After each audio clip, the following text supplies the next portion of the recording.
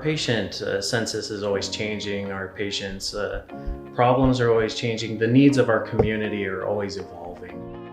With that, there obviously needs to be improvements in our emergency department so we can meet those demands of our patients.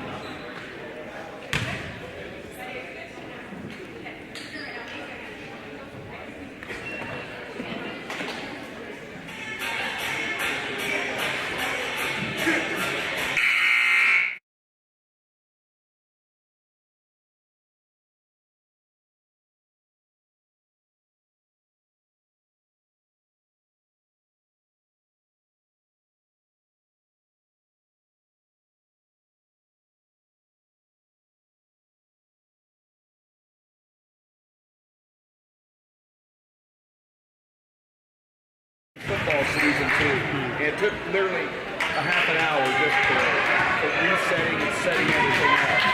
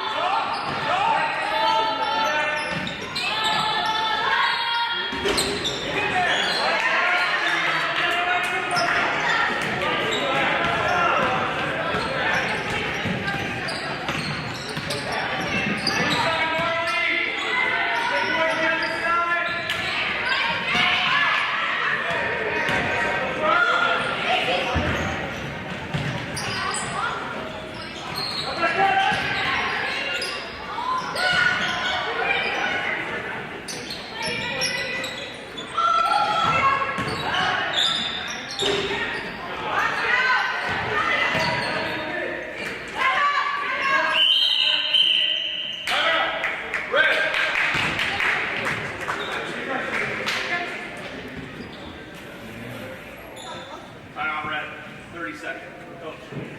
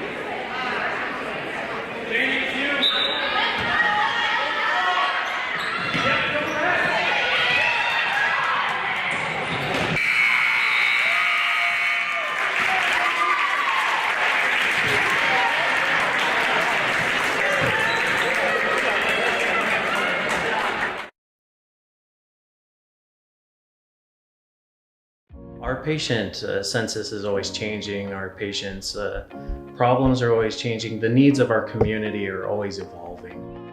With that, there obviously needs to be improvements in our emergency department so we can meet those demands of our patients.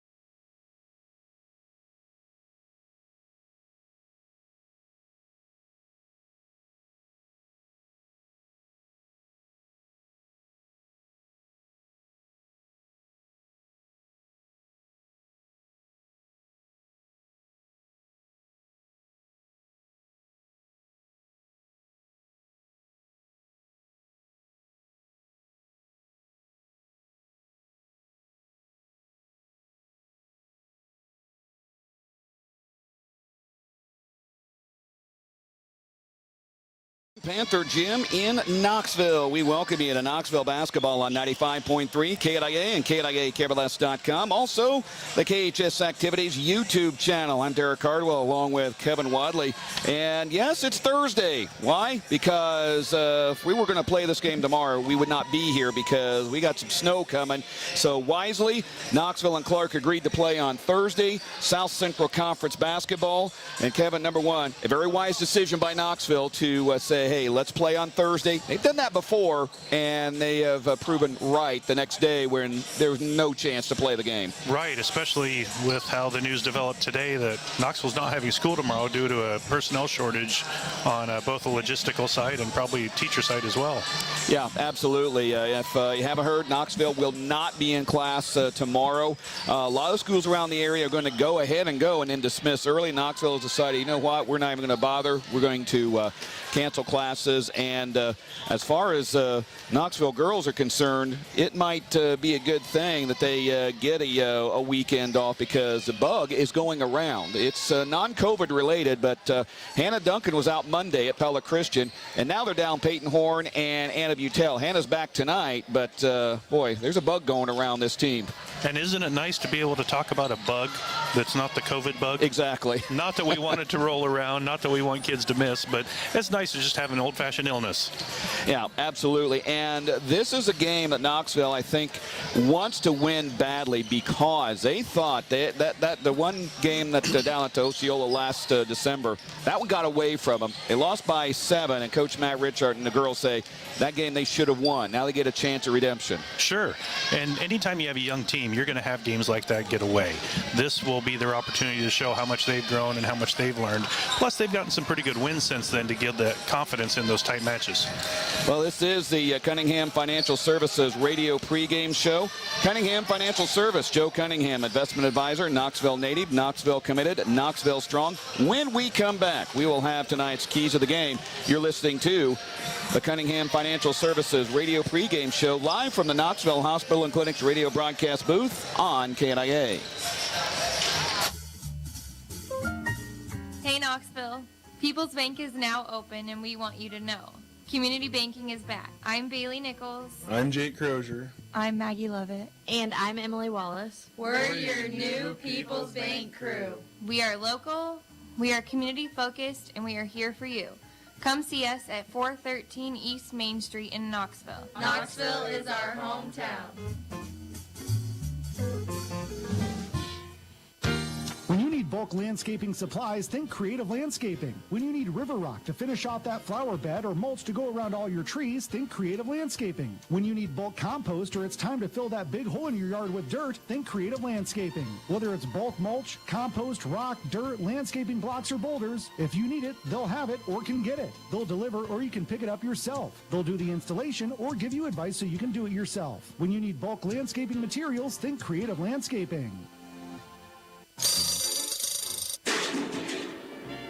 Start your day off right. Come downtown. Hi, this is Heidi at Downtown Diner. We are open Tuesday through Sunday, 7 a.m. to 1 p.m., offering affordable meals with generous portions. Need a burger at 7 a.m. or a Big Boom breakfast at noon? No problem. Our entire menu is open for dine-in or carry-out. Give us a call, 641-828-2050 for carry-out, or come see us at 119 West Main Street for dine-in. Be sure to follow us on Facebook for daily specials. We look forward to serving you. Whether you are actively looking for a new home or still in the dreaming stage, start your home search with IraRealty.com. Hi, this is Mike Pitt with Ira Realty Knoxville. Our website collects every MLS listing in the entire state of Iowa into one great website with current and accurate information. Don't rely on third-party websites that may not have up-to-date data. Start with IraRealty.com for all your home search needs. Back here at Knoxville High School from the Knoxville Hospital and Clinics radio broadcast booth on the Cunningham Financial Services radio pregame show. Let's take a look at tonight's Hormel Foods radio keys to the game. Kevin, we talk about this all the time, at least Trent Keefer and I do. Defense for Knoxville. That's got to be very important because if it's not for the defense, offensively, Knoxville would not be able to have so many wins. Plus, they need to play defense because they don't score as much as they have in the past. Right, and if that's exactly it. If you're not a scoring team, you better play defense and you better rebound. That will always give you a shot. And Brittany Bacorn was huge Monday night, and she's kind of starting to establish herself as one of the main players on the team. Obviously, she's going to be the best athlete on the floor all the time. Now, who does she guard? Does she guard? She obviously is going to guard their best player. I think she's going to be very key in that defensive effort as well. Right, and someone like Brittany, if they've got a couple good players, then do they just go after her and try to get her in foul trouble, or is she the one that can just switch back and forth? But yes, you're right. Brittany's an outstanding athlete, and that hustle that she just has, that she brings from the volleyball court as well, she just has that need to compete, and it's pretty fun to watch. Had a double-double on Monday night at Pella Christian, 19 points, 10 rebounds. That's usually pretty impressive in a high school setting. Well, that's been our Hormel Foods Radio Keys of the Game. Looking for a key to your new career? Visit HormelJob.com. When we return to the Knoxville Hospital and Clinic's radio broadcast booth, we'll have more on tonight's contest between Knoxville and Clarke. You're listening to the Cunningham Financial Services Radio pregame show on 95.3 KNIA.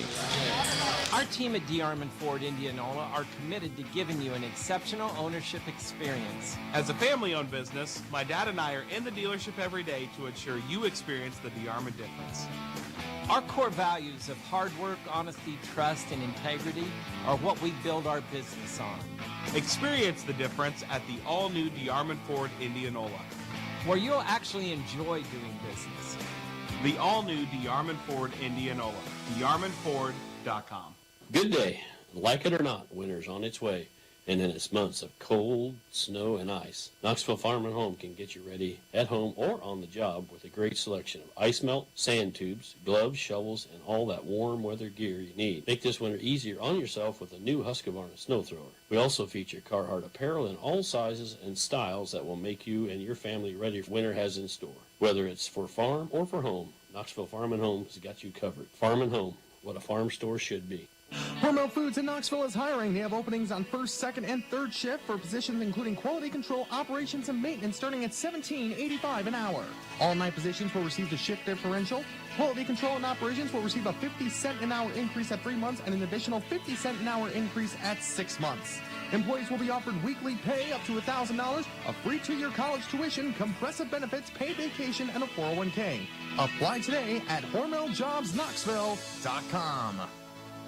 Hi, I'm Robert Poppy, Ag Lender at Marion County Bank. We salute the farmers and their families in Marion and surrounding counties. We know that for today's farmers to be successful, it takes more than just hard work and dedication. It takes a commitment. Marion County Bank, we're committed to our area farmers' success too. As our area's leading ag bank, we invite you to visit with one of our ag loan officers at our Pella or Knoxville office for all of your ag lending needs, concerns, and opportunities. We have the experience and expertise to help with your farming operation. Marion County Bank, serving you, building community. Member FDIC. Back here at the Knoxville Hospital and Clinic's radio broadcast booth on the Cunningham Financial Services radio pregame show. Tonight's game time temperature presented by Van Haften Plumbing and Heating. 39 in Knoxville right now. Be a little different about this time tomorrow, I think. Nice and comfortable inside the Knoxville High School gym. If your home isn't staying comfortable during the cold Iowa winter, call on the heating and cooling experts at Van Haften Plumbing and Heating in Pella.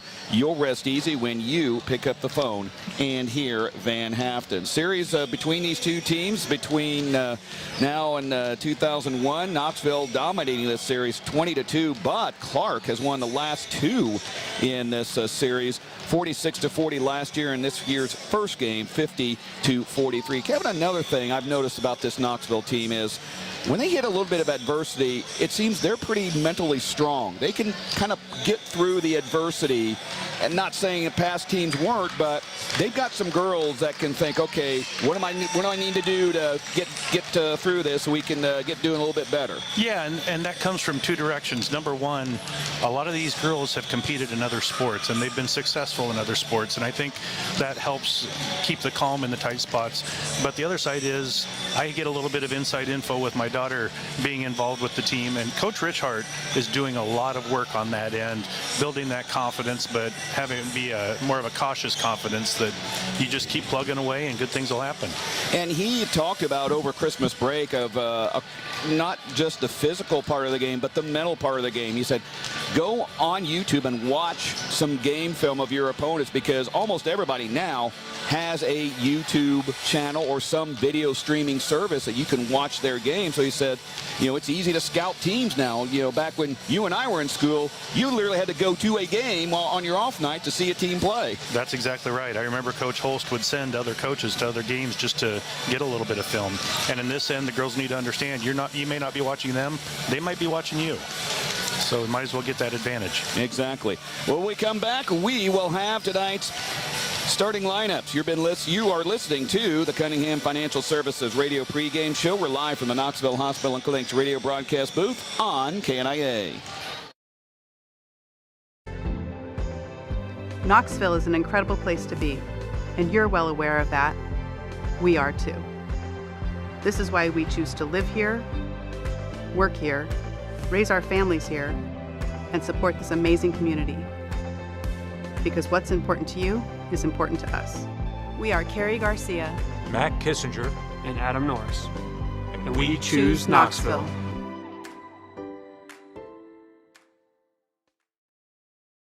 Knoxville Hospital and Clinics. We are your neighbors, your healthcare providers, and your community partner. Hi, I am Jerry Brown, and I'm proud to work at the Knoxville Hospital and Clinics. As the greeter, I enjoy making sure each person is welcome to our facility and put at ease knowing that we will help them get to where they need to go.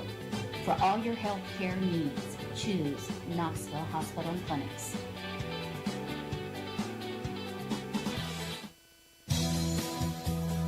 Hy-Vee shoppers, stop in for the 3-day meat, seafood, and deli sale this Friday, Saturday, and Sunday at the Pella and Knoxville Hy-Vee stores. We've got great specials in the meat department like 85.15 fresh ground chuck for just $3.98 a pound.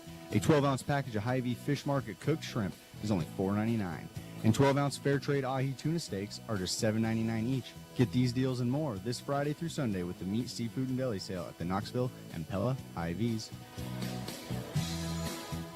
Even a mild winter can take a toll on your roof. Between the freeze and the thaw, you may need new shingles. Certainly, if you're going to get new shingles, you're going to get CertainTeed shingles from Dutch Mill Supply in Pella. CertainTeed Roofing offers a wide array of residential roofing shingle options. Dutch Mill Supply, located in Pella, is your only locally owned, one-stop, full-service lumberyard and building material supplier. My name is Joshua Payne. My staff and I are here daily for professional service from the guy next door. Our product line is diverse, and we'll get you what you need quickly and at a competitive price.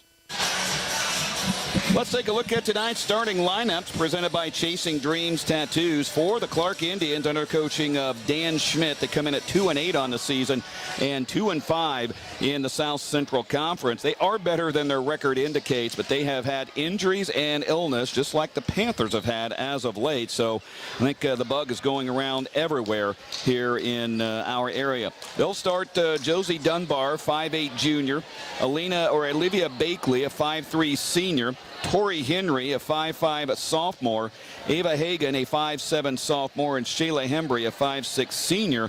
Coach Richard told me one of the Henry girls was out due to an injury, and it must be Allie Henry. And I tell you, she looked really good against Knoxville in that earlier game. Let's take a look at the Knoxville Panthers, 6-5 on the season, 3-3 in South Central Conference play under Coach Matt Richard. They will go like this.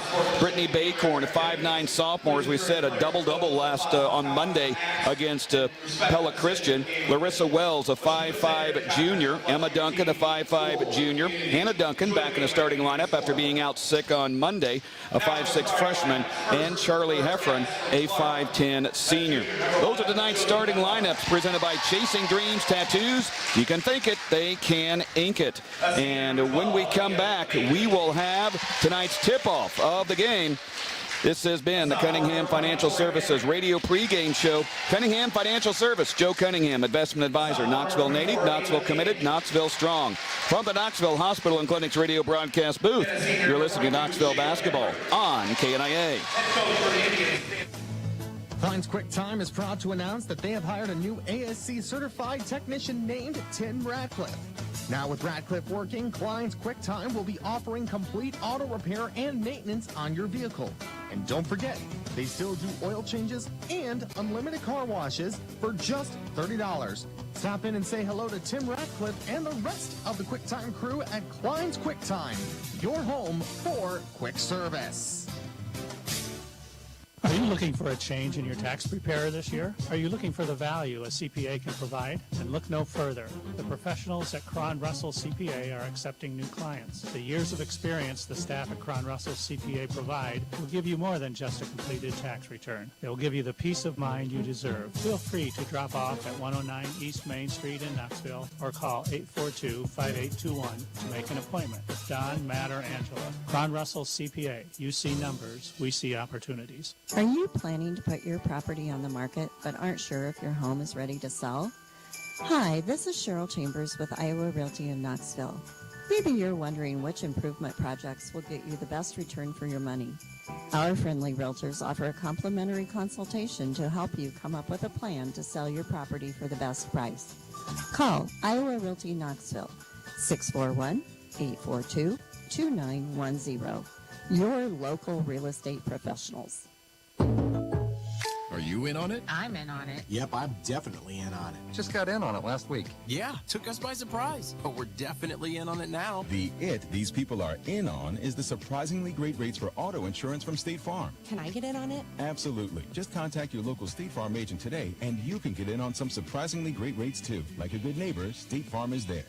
Call me, Jay Olson, here at State Farm, 842-2161. Hy-Vee shoppers, stop in for the 3-day meat, seafood, and deli sale this Friday, Saturday, and Sunday at the Pella and Knoxville Hy-Vee stores. We've got great specials in the meat department, like Hormel Always Tender Whole Boneless Pork Loin for just $1.88 a pound. Golden Plump chicken leg quarters are sold in a 10-pound bag for only $6.90 a piece. That's just 69 cents a pound. And Hy-Vee sliced deli turkey and ham is only $5.99 a pound. Get these deals and more this Friday through Sunday with the meat, seafood, and deli sale at the Knoxville and Pella Hy-Vees. Chasing Dreams is back open for business at a new location. Come check out the new place located at 210 North Lincoln Street. If you need a tattoo from Matt or a piercing from Linda, Chasing Dreams is the place to go. They can turn your dreams into reality. Whether you're looking for a simple tattoo or piercing or half sleeves, full sleeves, whatever you're looking for, Chasing Dreams has you covered, literally. Check out Chasing Dreams' new location at 210 North Lincoln Street, just across from Ken Lock Stadium.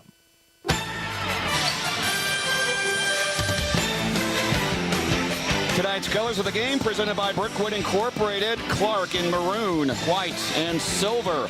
Knoxville in the gold, or the white with the black and gold trim. Tonight's opening tip brought to you by Dutch Mill Supply, your locally owned lumberyard and building material supplier. Brittany Baycorn will jump center against Josie Dunbar. Tip away, controlled by the Indians. We are underway, and immediately a turnover for Clarke as Tori Henry failed to corral that before it went into the front row of the Panther pit. Now Knoxville will have the ball with its first possession. Emma Duncan goes to Larissa Wells on the right side. Up top to Brittany Baycorn, around to Hannah Duncan on the left side baseline to Charlie Heffron. Brings it out to Hannah, or make that Emma. Out to Larissa. Looked at the shot, didn't take it. Now to Emma once again. Back to Hannah. She'll launch the three. It's no good. Rebound is chased down and saved by Larissa Wells. I don't think she really expected to save it, but she did. Here's Hannah Duncan over to Emma. She'll lob it over to Charlie Heffron on the left side. Gets it to Brittany, around to Larissa Wells, and travel. She hesitated to take the shot there, and it caught her on the shuffle. I like the patience that they've shown so far. They're not just taking the first open shot, trying to make the defense work a little bit. And Coach Richard has really stressed that this season as well, that they don't have that superstar that can run up and down the floor. They've got some quick girls, but patience and see if the defense can make a mistake for you. Right. Clarke has the ball, and it is tipped out of bounds. I believe, I don't know if Brittany or Emma got out their hand on it, but Clarke will set it back in with Tori Henry on the first L of Knoxville. And she'll get it in to Shayla Hembry. Hembry now to Bakley. Olivia Bakley, who seems like has been with that program for 10 years now. She is a senior finally. Bakley, bounce pass out to Dunbar, and a steal by Brittany Baycorn, and she couldn't get it before Clarke stole it back under the basket, intercepted by Charlie Heffron. She'll tip it to Larissa Wells. Both teams have begun kind of slowly on offense. 6:37 remaining in the first quarter. No score between Knoxville and Clarke. Heffron with the ball. Charlie hands off to Brittany Baycorn. She'll go in, and she is fouled. Not sure if she wanted to shoot or she was trying to pass out to someone, but she does draw the foul. It's going to go on Olivia Bakley, her first, team's first of the half. I like that penetration there. It made the defense compress, and yes, I think she was looking to pass it to the corner there and get 2 shots out of it. So Brittany Baycorn will get 2 free throws. 50% from the free throw line. This team has really struggled this year in off the free throw line. In fact, they are 7th in the conference as a team at the line at 50%. Baycorn misses on the first. I thought your reverse psychology was going to work, Derek. You talk about not shooting well. She should have made it. I don't believe in any of that. Second one on the way, missed them both, and a rebound to Clarke. So Knoxville, with its best opportunity, cannot cash in. Now here's Bakley with the ball. Go over to Hembry on the right side. Hembry dumps it in. It is tipped away and controlled by Hembry. Hembry now gets it an entry pass, and Baycorn nearly saving it as she slid nearly into the bench, and Clarke will keep the ball. Bakley will trigger in, does, gets it on the baseline, and she is called for traveling. She had too good of a situation and couldn't handle it. 6:08 remaining in the first quarter. We still have no score between Knoxville and Clarke, as Emma Duncan will hit the logo at the midcourt stripe. Over to Larissa Wells, right side. Larissa on the dribble. Reverses it out to Hannah Duncan. Now around to Emma. Now gets it back to Hannah on the right side. Drives in. Underhand pass. Brittany wasn't looking for it, and it's going the other way. Tori Henry down on the other end. Puts it up and scores. Tori Henry, her first 2 and the first points of the game, scored by Clarke. Now Larissa has it. Transition points are definitely going to be key tonight, and that's something where hopefully our girls get back. Here is Hannah Duncan, top of the key to Larissa on the left side. Goes right side to Emma, now top of the key. Emma now, and double dribble is called. That one I could see the official hesitate. It looked like Hannah's ball was knocked from her hands, but it didn't come out quite cleanly enough apparently. So Clarke will have the ball. Hagan will inbound. And bringing it up is Olivia Bakley. Goes left side to Josie Dunbar on the baseline. Dunbar to Hagan. Hagan gets almost a double team. Now flips it back outside to Bakley. Puts a shot up. No good. Rebound. Put back up. No good again. Rebound to Larissa Wells. And she comes out of the crowd with it across the timeline on the run. Down court to Brittany Baycorn. To Emma Duncan. Lays it up and in. Give Brittany the assist. Give Emma the 2 points. Hustle and vision. That was fantastic. And then on the inbound, Brittany commits a foul. Her first, team's first. Shaking her head like, I don't know if I did that, but yeah, that was a very well run fast break. And to Brittany's credit, last year as a freshman, she might have tried to make that shot even though she was beside the backboard. So good for her to immediately look for that assist. Clarke overthrows it and it goes out of bounds, and the Indians will have another turnover. 2 apiece with 4:43 remaining in the first quarter. Both teams offensively getting off to a slow start. Madison McCoy, a 5'7" sophomore, in for Clarke. I would assume Allie Henry is still down with that ankle injury. I do see an extra player down there in street clothes, so I'm assuming that's her. Here's Charlie Heffron. Falls down and threw it right into the hands of an awaiting Clarke player. Ava Hagan has it across the timeline. Double team, and she overthrew again. Intended for Tori Henry, and just didn't get it to her. And timeout called by Clarke. A DeYarman Automotive timeout called by Coach Dan Smith. 30-second timeout with 4:24 remaining in the first quarter. Clarke 2, Knoxville 2.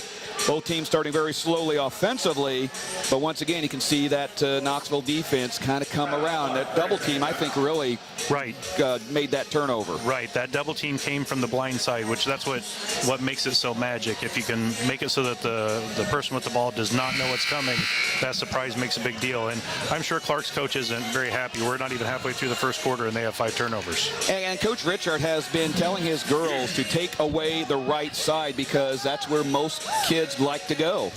Right. Especially it's not high-level basketball right now. It's solid basketball, but not high level. Make them beat you with the offense. Right. Absolutely. 4:24 remaining in the first quarter. Knoxville 2, Clarke 2. As we get back to action out of the timeout. Larissa Wells has it to Emma Duncan on the right side. Emma flows it over to Hannah Duncan, top of the key. 2-3 zone by Clarke, dumps it into Hefferon, out to Larissa Wells. Aims, fires a 3. It's no good. Rebound taken away by Ava Hagan of Clarke. Hagan loses it out of bounds, but I think they're going to call Emma for a little too aggressive on that guard. And that will be her first, team second.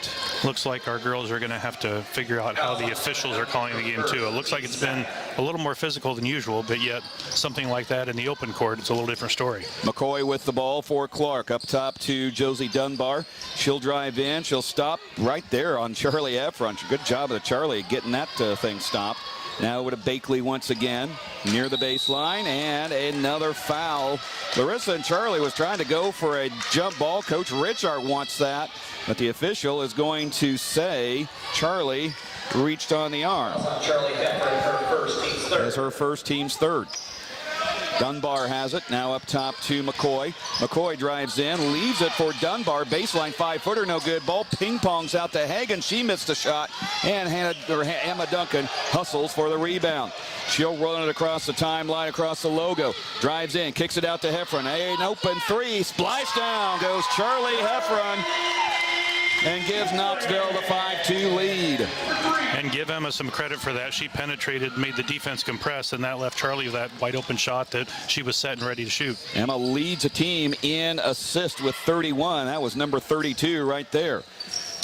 Clarke with the ball. McCoy has it, and a foul again. And Larissa gets called, and I'm not saying that these are wrong calls, but they are calling the reach a little bit tonight. Right. It looks like we've got some girls that are coming in with the hands, but they're coming in from the top rather than underneath. If you come from the underneath, you get away with a few more, but pretty easy to see coming up from the top. Larissa's first, team's fourth already with 3:05 remaining in the first quarter. Dunbar with the ball. She'll drive in. Anna Anderson in the game, and they might have gotten Anna for that. I think they did, and another one where it was her hands playing defense instead of her feet. Anna's been a real nice addition this year too. She's taken several charges, and her role is defense. Sure. And that's exactly what she's been doing. Here's a steal, almost a steal by Anna. Puts up the shot by Dunbar, and no good. Rebound to Anderson, goes down to Emma Duncan, and she will overthrow Sierra Hefferon, but it was touched last by Clarke, so it will return to Knoxville. That was a good tip by Clarke. Sierra had a pretty easy layup had they not gotten a finger on the ball.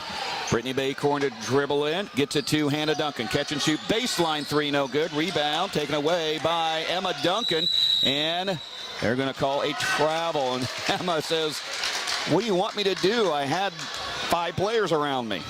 And there were 4 hands on the ball, so I don't know how traveling could be called, but that's okay. And the coach is asking the official the same thing and doesn't appear to be satisfied with the response. Here is McCoy with the ball. McCoy lobs it to Lily Arnold, and it's stolen away. Threw it right into the lap of Brittany Baycorn. 2:33 remaining in the first quarter. 5-2 Knoxville. Down court, and Emma Duncan gets it intercepted. Tori Henry now with the ball across midcourt. And she will go to Lily Arnold, who just completely fumbled that right out of bounds. Just kind of a funny bounce, and she didn't move to get in front of it. kicked off her foot and went out of bounds. Looks like we got another DeArmond Automotive timeout. We'll see who called that. I believe it was Knoxville. Full timeout by Coach Richard. 2:21 remaining in the first quarter. 5 Knoxville, 2 Clarke. We're back after this. You're listening to Knoxville Basketball from the Knoxville Hospital and Clinics radio broadcast booth on KNIA. Napa Knoxville knows New Year's savings. Get a $20 rebate with the purchase of any Napa Legend premium battery. Get a 10 amp or 16 amp charger or maintainer starting at $34.49 a piece. Also get jump starters at 700, 1,000, and 1,400 amps starting at $55.99 a piece. And finally, get up light-up LED booster cables starting at $14.99 while supplies last. All those deals and more coming up at your local Napa in Knoxville. Now that's Napa Know-How. 2:21 remaining in the first quarter. 5-2 Knoxville with the lead over Clarke as we get set to resume action. Happy to have you along with us. Derek Cardwell, Kevin Wadley on 95.3 KNIA. Also the KHS Activities YouTube channel. Michael Splavik back running the controls tonight, and he is literally doing double duty. He's running the controls at the YouTube, and he's also DJ Jazzy Michael. Playing with both hands. Yeah. Apparently, the music needed to be played here. Here's Hannah Duncan, 3. It is good. Splash down for HD. And it's 8-2 Knoxville. This is where the defense is key. You want to back up that 3.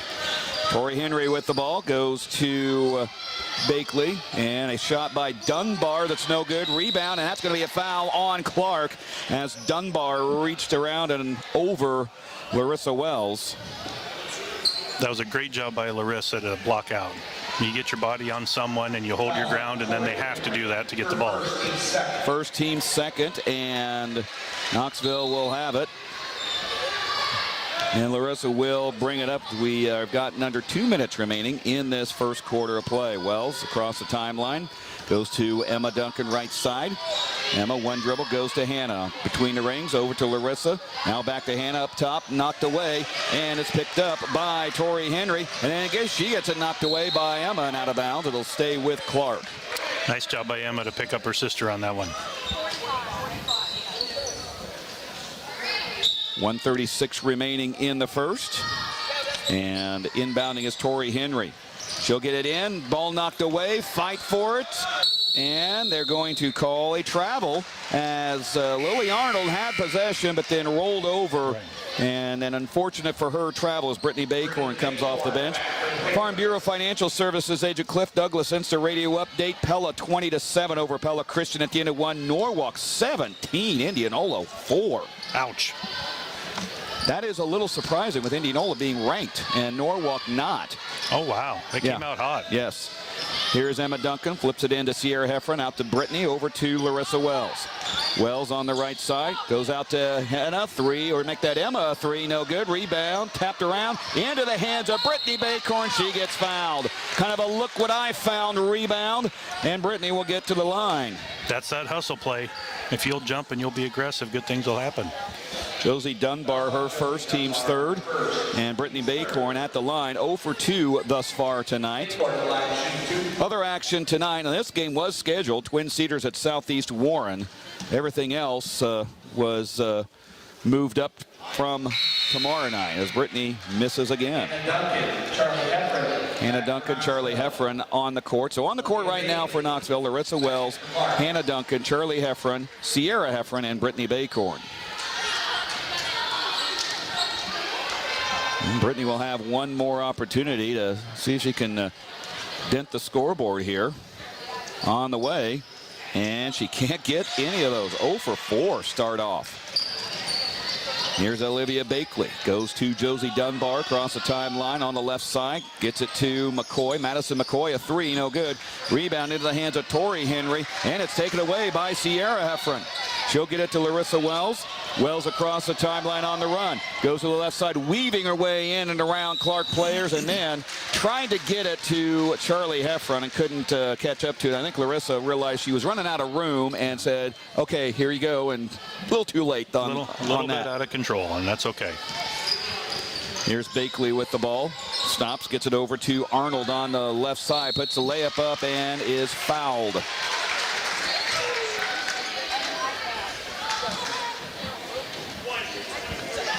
going to go on Charlie Heffron. That is her second already. I would say 6 fouls already in the first quarter. Coach is going to have some management to do in the second half. Lily Arnold at the free throw line. First one on the way is no good.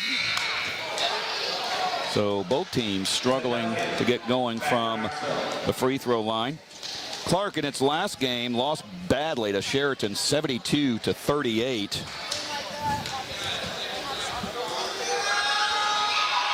And Arnold, the second one on the way, and that's short. So a combined 0 for 6 we are from the free throw line. Here is Baycorn, and she gets the ball and also gets fouled.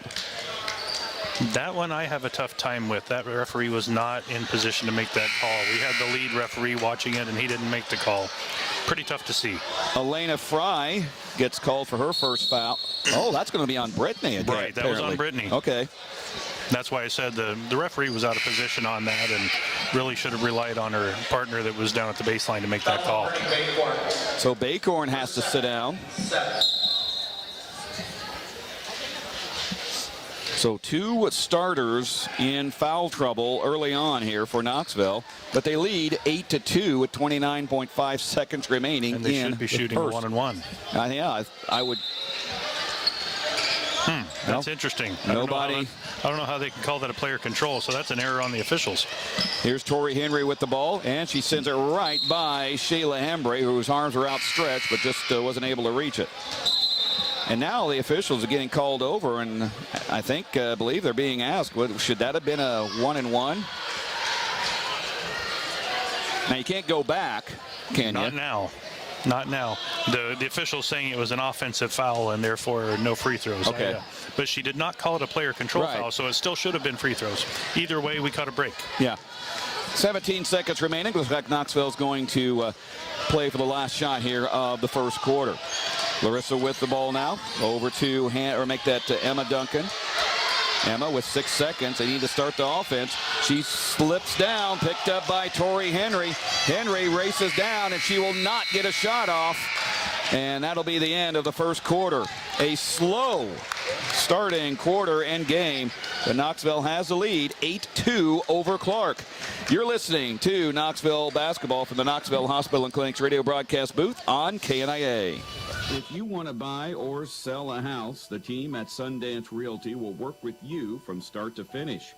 It's that hard work that has made Sundance Realty the leader in realty in the area. The team at Sundance Realty in Knoxville is special. I have never seen anyone work harder for their customers. Hi, I'm Hannah Vanderveer, and I was so impressed with Sundance Realty team that I decided to join them.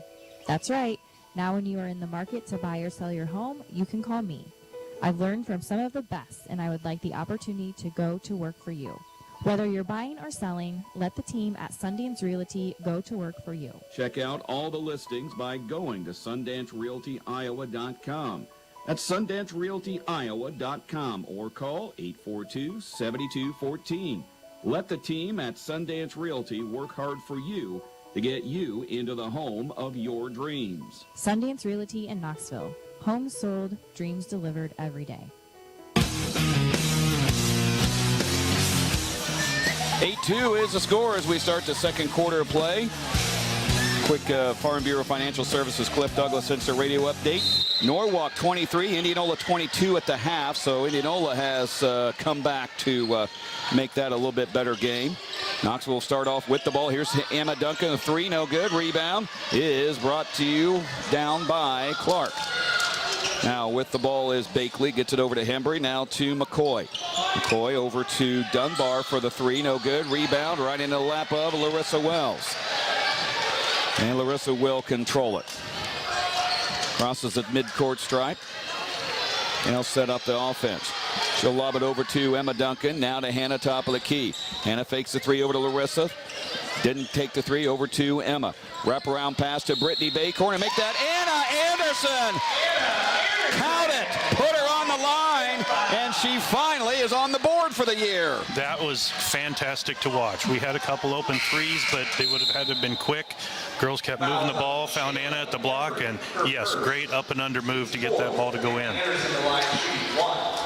Richard's really been complimentary of her effort and just what she does. He says she goes in and does what she's supposed to do. She doesn't overplay, like she doesn't do more than what she's capable of, and misses on the free throw.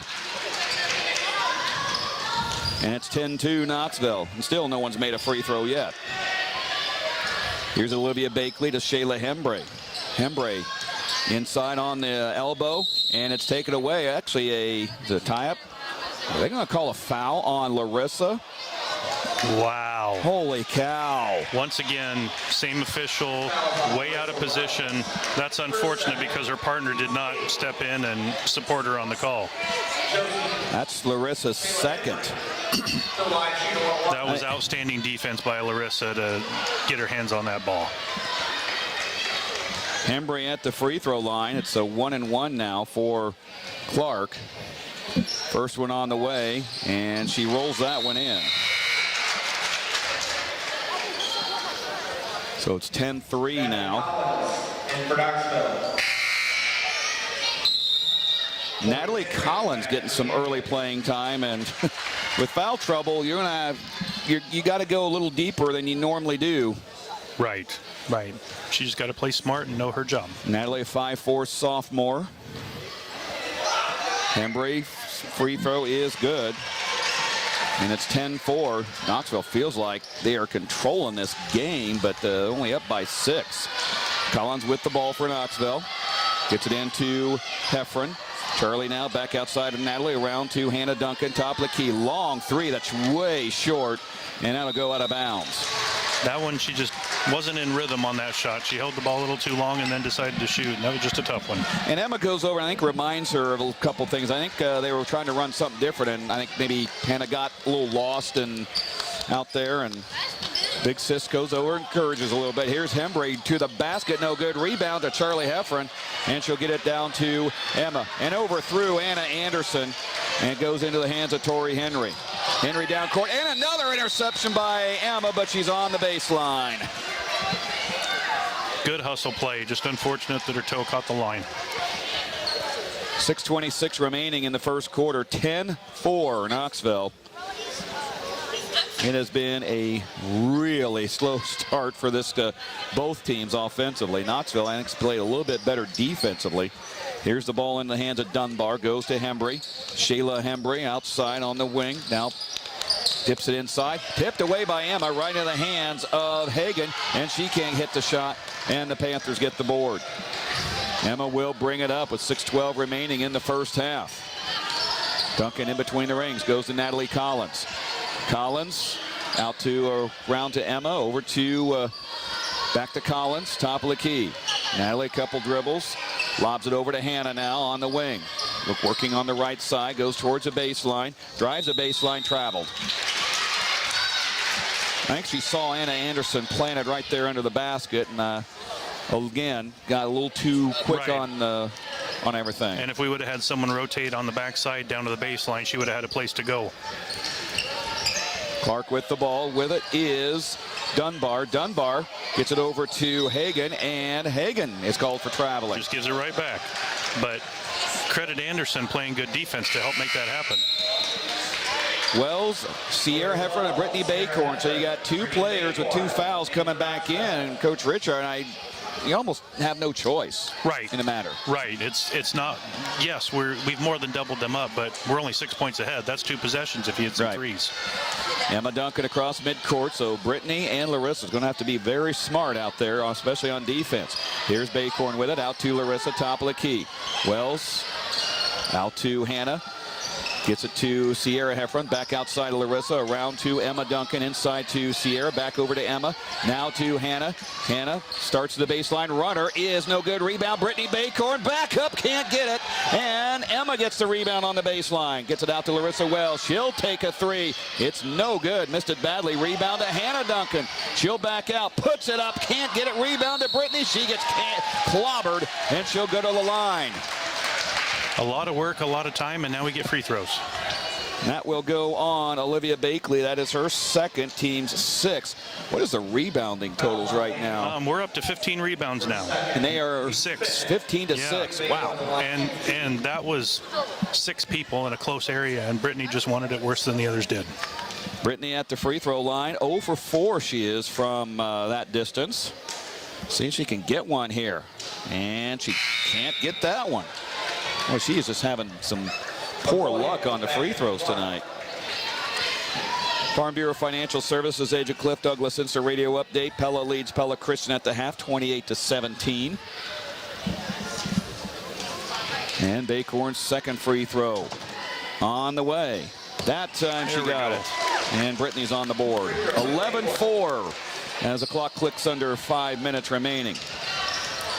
Here's Bakley with it. Goes to the right side. Bakley, near steal by Bacorn. Bakley looking around, gets it out to McCoy. McCoy gets it to Hembridge. She'll put up the baseline jumper. That clocks off of the top of the backboard and hits the buckle. Darn buckle, it took a rebound away from Brittany.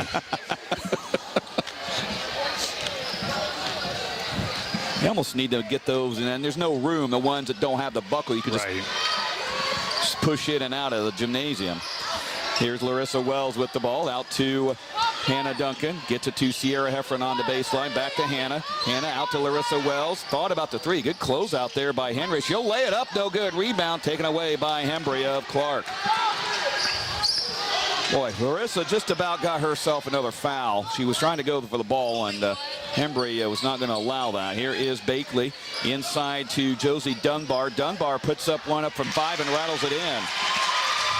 Josie Dunbar gets her first 2 and closes a lead down to 5, 11-6. Here's Emma with the ball. Emma goes back to Larissa on the right side. Dribbles around. Gets it to Hannah, and she lost it. And picked up by Olivia Bakley, and a whistle. She was carrying it. Carrying it, okay. I didn't see, couldn't see the official when he made the call, but another turnover and another DeYarman Automotive timeout. Looks like Clarke has called this one. 3:43 remaining in the first half of play. Knoxville 11, Clarke 6. This is Knoxville basketball from the Knoxville Hospital and Clinics radio broadcast booth on 95.3 KNIA. At Bruxford's Home Center, we have a great deal on appliance packages going on right now, including our most popular Frigidaire 4-piece kitchen package. It includes a stainless steel refrigerator, range, dishwasher, and over-the-range microwave for just $34.99 if you pick it up, or $37.99 with professional installation. Or stop in and let us customize a new appliance package just for you at Bruxford's Home Center, 405 Truman Road in Pella.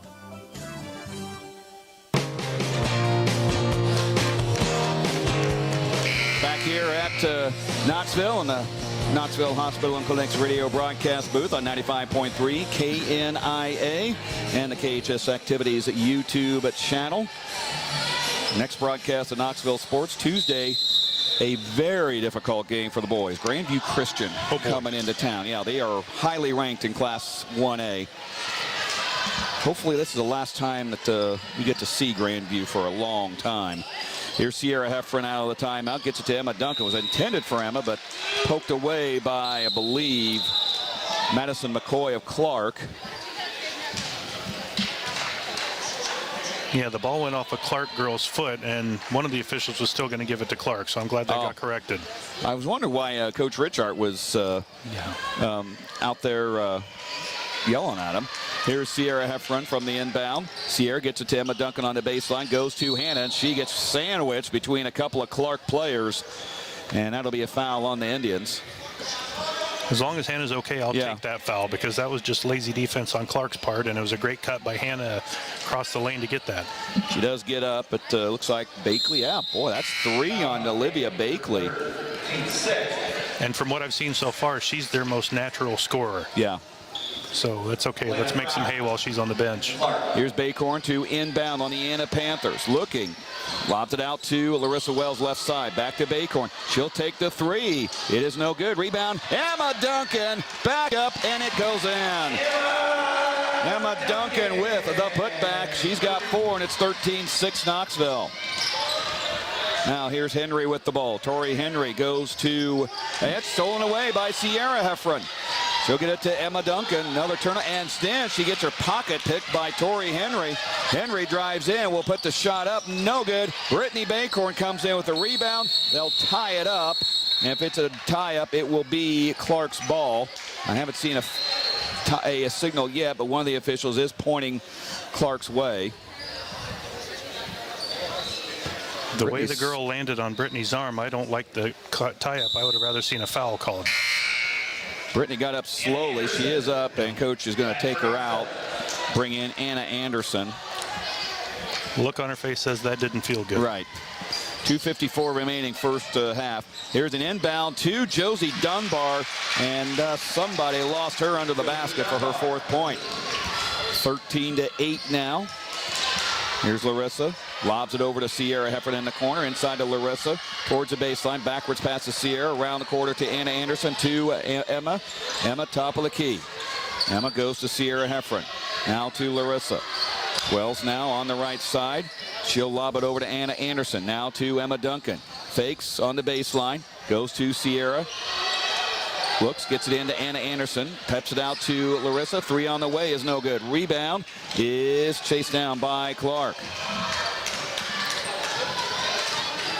Indians with the ball. With it is Dunbar. She'll lay it up and in. Josie Dunbar, 6 points. She is now turned into Clarke's scoring threat once Bakley came out of the game. Now here's Duncan over to Anna Anderson.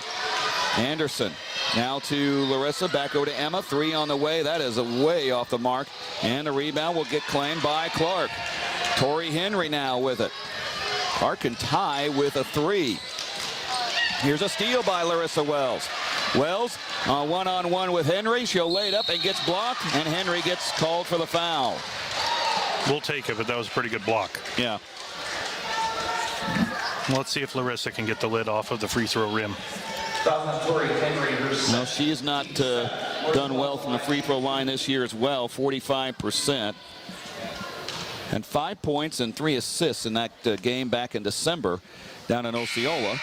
And she makes the shot go in. So it's Larissa's on the board. And here comes Brittany Baycorn, Charlie Heffron, and Hannah Duncan back in. So Duncan times 2, Charlie Heffron, Baycorn, and Wells on the floor for Knoxville for presumably the final 134 this half. Wells' second free throw is good. She's got 2. She goes 2 for 2 and makes it 15-10 Knoxville. Clarke with the ball. On the dribble is Fry. And it's stolen away. Emma Duncan comes up with it. Great position by Charlie to keep that post feed from going in. Here's Larissa Wells, gets it out to Emma, bobbles it, shoots, splash down, Emma Duncan. Took her a little bit to take control, but she's got 7, and it's 18-10 Knoxville. And here's another steal. Hannah comes up with it. She'll give it back to Emma. She'll go across the timeline, slows down, does not have numbers, goes to Larissa. She'll take the 3. It is no good. Rebound taken away by Clarke. Hembry comes up with it. That shot was a little bit quick based on the scenario.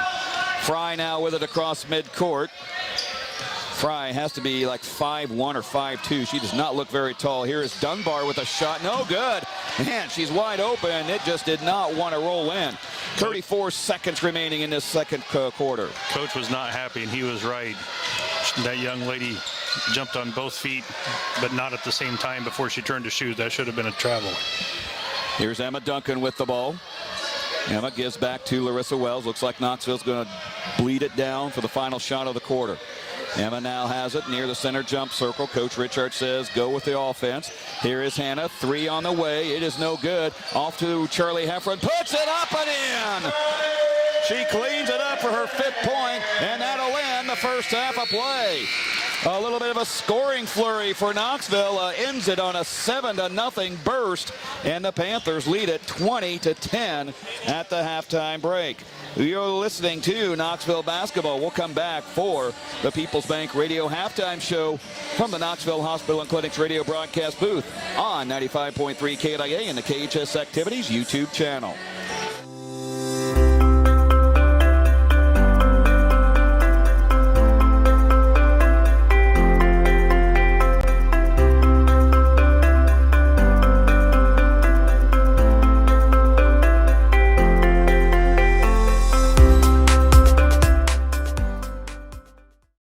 Support that he got from his fellow students at Knoxville High School for anything.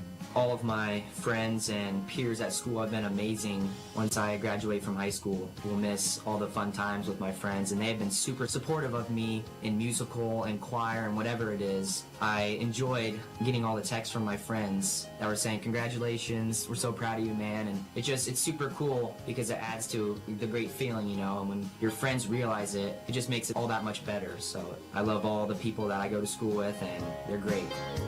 Your future is our purpose. I chose Knoxville Schools.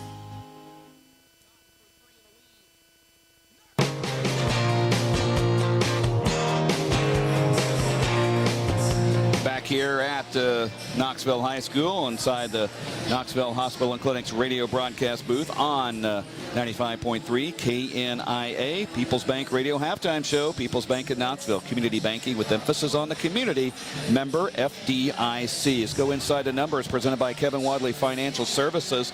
And Knoxville leading 20-10 at the halftime break. Panthers outscored Clarke by a 12-8 count, but ended the second quarter on a 7-0 run. So Knoxville getting momentum. Emma Duncan with 7 points will lead the way. Charlie Heffron with 5, 2 from Larissa Wells, 1 from Brittany Baycorn, Hannah for 3, and Anna Anderson with 2 for Clarke. 6 from Josie Dunbar, 2 from Tori Henry, and 2 from Shayla Hembry. And Kevin, the turnovers aren't going to be pretty, but boy, Knoxville is controlling the boards, both offensively and defensively. 2-1 rebound margin. That will win a lot of games right there. So I'm sure Coach is going to talk at halftime about cleaning up the defense a little bit, using the feet more and the hands less. But if they keep crashing the boards and they stay patient on offense, I think we get a W in the second half. And the shooting is, you know, as the whole year, it's not going to be great, but I think it's just good enough. And boy, Clarke not only is not hitting shots, they're not really getting any good looks either. No, we're doing a good job, other than that little bit last couple minutes of the second quarter where the young lady got the ball deep in the box and wasn't anyone there to defend her. But otherwise, yeah, the old saying from Coach Wooden, be quick but don't hurry, right, that's going to apply to our offense in the second half. If we shoot in rhythm and don't rush those shots, I like our chances. Inside the Numbers presented by Kevin Wadley Financial Services, a member of Financial Decisions Group, member SIPC. When we return, we will have more on tonight's halftime show. You're listening to the People's Bank Radio halftime show from the Knoxville Hospital and Clinics radio broadcast booth on KNIA. At Bruxford's Home Center, we have a great deal on appliance packages going on right now, including our most popular Frigidaire 4-piece kitchen package. It includes a stainless steel refrigerator, range, dishwasher, and over-the-range microwave for just $34.99 if you pick it up, or $37.99 with professional installation. Or stop in and let us customize a new appliance package just for you at Bruxford's Home Center, 405 Truman Road in Pella. At H&R Block, we want you to focus on your business while we handle your books. From payroll and bookkeeping to expert tax preparation and advice, we're ready to put our expertise to work on your small business for year-round services that you need and the one-on-one attention you deserve. Partner with H&R Block Business Services. Stop by our offices in Knoxville, Sheraton, and Newton, or give us a call at any of our local offices to learn more. At participating offices, services do not include audit, attest, or other services for which a license is required. We're back. and we are handing out even more scholarship money in 2022. Community First Credit Union is awarding $48,000 in scholarships to our members who are planning to attend college or vocational school this fall. If that's you, apply today by visiting cfirstcu.com for a chance to earn free money towards your education. Deadline to submit your application is March 15th. Community First Credit Union is federally insured by the NCUA. Now that the cold weather is here, how is your furnace holding up? If the answer is not so well, then maybe it's time to call Van Haften Plumbing and Heating. They're a Dave Lennox premier dealer and they're NATE certified, which means that they're up to date on the latest solutions in the industry. So call Van Haften's today in Pella or Knoxville and set up a time to have your furnace inspected. They'll ensure it's running at maximum efficiency so that you're ready for Old Man Winter's extended stay. You'll rest easy when you pick up the phone and hear Van Haften. Back here on the People's Bank Radio Halftime Show, live from the Knoxville Hospital and Clinic's radio broadcast booth. Eric Cardwell, Kevin Wadley with you on 95.3 KNIA and the KHS Activities YouTube channel. Well, Kevin, you mentioned, alluded to some adjustments Knoxville can make, defensively and offensively, to be quick but don't hurry. Let's review those adjustments. What you said right before we went into break.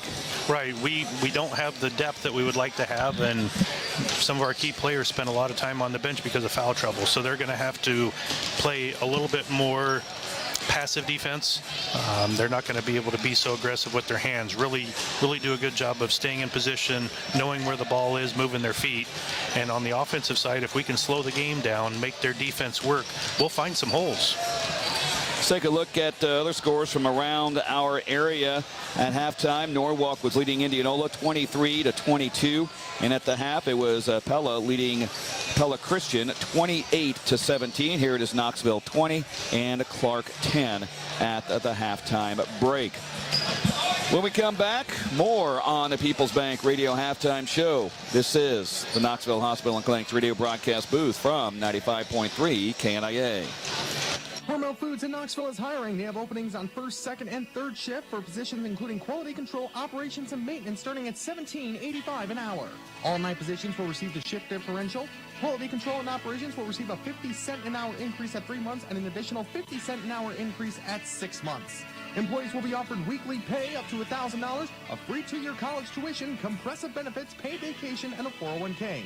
Apply today at HormelJobsKnoxville.com. Medicare can be complicated, but not with Wellmark. Call Farm Bureau agent Cliff Douglas in Knoxville at 641-842-6214 to make choosing the right Medicare plan easy. Cliff Douglas is available anytime to answer all your questions, walk you through the process, and make sure you're getting a plan to meet your needs so you can find coverage confidence. Cliff Douglas is a local authorized independent agent for Wellmark Blue Cross and Blue Shield of Iowa. To be eligible, you must reside in the service area of the plan. Wellmark Medicare Supplement insurance plans are not affiliated with any government agency. Products available at Farm Bureau Financial Services.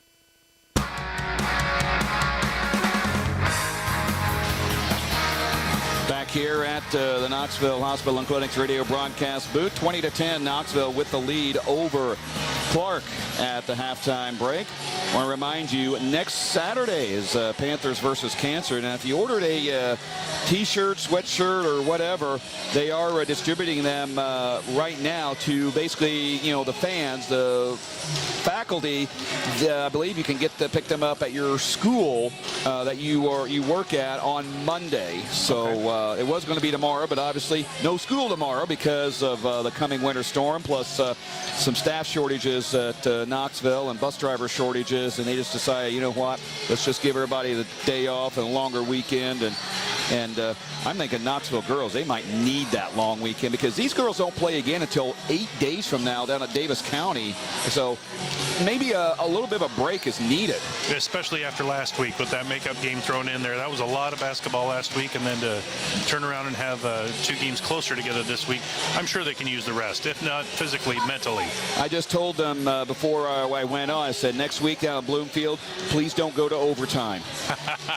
Because some of us have to be bag. Some of us have to be back here for Panthers versus Cancer, and some of us have to be here the entire day. Who's that?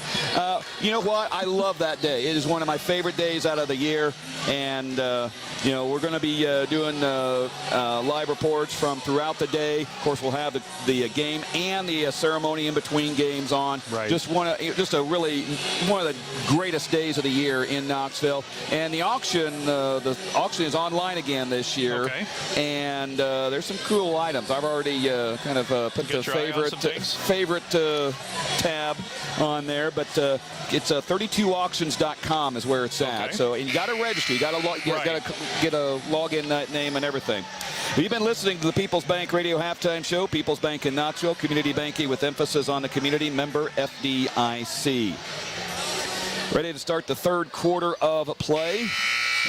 Knoxville will get it. Original starters on the court for both teams, and there's 3 Panthers right now on the court that have 2 fouls. Here's Charlie Heffron in the corner, over to Brittany Baycorn. Now to Hannah Duncan up top, over to Emma Duncan. She'll swing it around to Larissa Wells, who gets it over to Charlie Heffron. Now to Brittany on the top of the key. Goes over to Emma, 3 on the way. It's off, rebound taken away by Clarke. With the ball is Josie Dunbar, gets it to Ava Hagan. And she'll get it off top of the key to Tori Henry, who launches a 3, no good. Rebound by Bakley. She can't get it, and Larissa comes out with it. She's on the run across the timeline, a 1-on-2. She'll wisely take it out to Charlie Heffron. Steps up for a 3, no good. Rebound, Brittany Baycorn right there. Thank you very much, says Brittany. Her 3rd point, and gives Knoxville a 12-point lead, 22-10. Offensive rebounds lead to good things. Now Clarke with the ball. Here is Dunbar. Baseline jumper in and out, but the rebound put back is no good by Bakley, and Larissa has the ball. Wells now down court to Hannah Duncan. Gets it back to Larissa. She'll go to the basket. Now out to Charlie Heffron. 16-footer. No good. Rebound. Brittany Baycorn again. Can't get it. And she is hacked on the head. And we'll see. I believe there's going to be free throws. They're going to be inbounding. Yep, I think she was on the floor on that one. That's a good call. But once again, Brittany is understanding. You go to the weak side of the hoop when a shot goes up, and a lot of good things happen. Here is Emma Duncan on the baseline. Emma, she'll take the long 2, no good. Rebound taken away by Clarke. With it is Dunbar across midcourt. Josie Dunbar sent it down to Ava Hagan. Now around to Bakley. Inside and stolen away by Heffron. Down court to Brittany Baycorn. She'll put it up, no good. Gets her own rebound. She was right there. She said, I'm just padding my shooting stats here. 24-10, and another D. Yarman Automotive timeout called by Clarke. That's the old throwback to the 80s Moses Malone. I'll miss a shot just to get my rebound stats up. Full timeout. 6:20 remaining in the third quarter. I get what you said there. Yeah, we're both old enough to know that one. Speaking of, and you know, last Friday, cool night for you. It was. The Hall of Fame. It was just a special day, from the luncheon to some surprises of some friends and teammates that came. The evening was pretty neat. Yeah, it was a pretty special day. And you know, I kept talking to your daughter Abby, and you know, I said, so you know, what's going to happen with you know, when you get out there on the court? She said, we're just going to let him be in the spotlight. I had my time a long time ago. I really enjoyed watching my kids play as they came up and got to be part of the Panther family. Well, looking forward to seeing Abby in soccer this spring. And that'll be a fun season. We hope so. She's begun her rehab from her knee injury, and she's hitting the pool and hitting the bike. And Coach Richard said, I don't care about basketball. I want you on the soccer field. So that's what she's working towards. Coach Richard just happens to be coach of the soccer team as well. So a lot of these girls will get him on back-to-back seasons, like Larissa, Charlie. Who else on the team as a soccer player? Well, I'll just say that the girls are doing some active recruiting. So no one definite, but there might be some other girls on the basketball team that we could hopefully see in the spring. But here's Tori Henry, a 3, missed it. Rebound chased down by Clarke as Olivia Bakley got in there. Gets it inside, ball loose, picked up by Larissa Wells. Wells on a run across the timeline down the right side. She'll stop, get it over to Emma. Inside to Brittany Baycorn. Give Emma another assist. Give Brittany Baycorn her 7th point. 6 of those have come in this half. That's all about position and vision. Brittany went to the right spot. 26-10. Olivia Bakley now with the ball to Shayla Hembry. Hembry on the baseline. Gets caught. Now flies it outside to Dunbar. 3 is way off the mark. Rebound to Larissa. Down court across the timeline. She'll fly it to Baycorn. She'll get it back to Larissa. Inside, now back outside to Charlie. Ames fires a 3, no good. Rebound, chased down, I believe by Charlie, but they're going to call her for the foul. I like the idea. It was a wide open shot, but probably not what we were looking for in transition after getting the ball inside.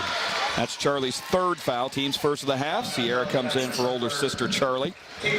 You know, I didn't mention this at halftime, but with the early 2nd foul on several of our girls, to get to halftime with nobody with 3 was really a big deal. Yeah, it is. And especially with this team not being deep at all. Right. With the ball is Josie Dunbar across the midcourt stripe, traveled. Emma Duncan met her right at the Edward Jones sign and said, no further, young lady. She got past the screen, didn't expect the defender there, and shuffled her feet. That's the surprise defense. Nice job, Emma. Kelly McAfee into the game for the first time for Clarke, a 5'2" senior. He looks about every bit of 5'2". There's not a lot of size on Clarke's team either. Here is Larissa Wells outside to Duncan. Around to Hannah. 3 on the way is no good. Rebound taken away by the Indians.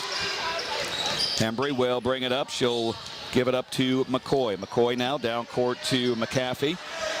Now inside to Hembry. Puts up the runner. No good. Rebound taken away by Sierra Heffron.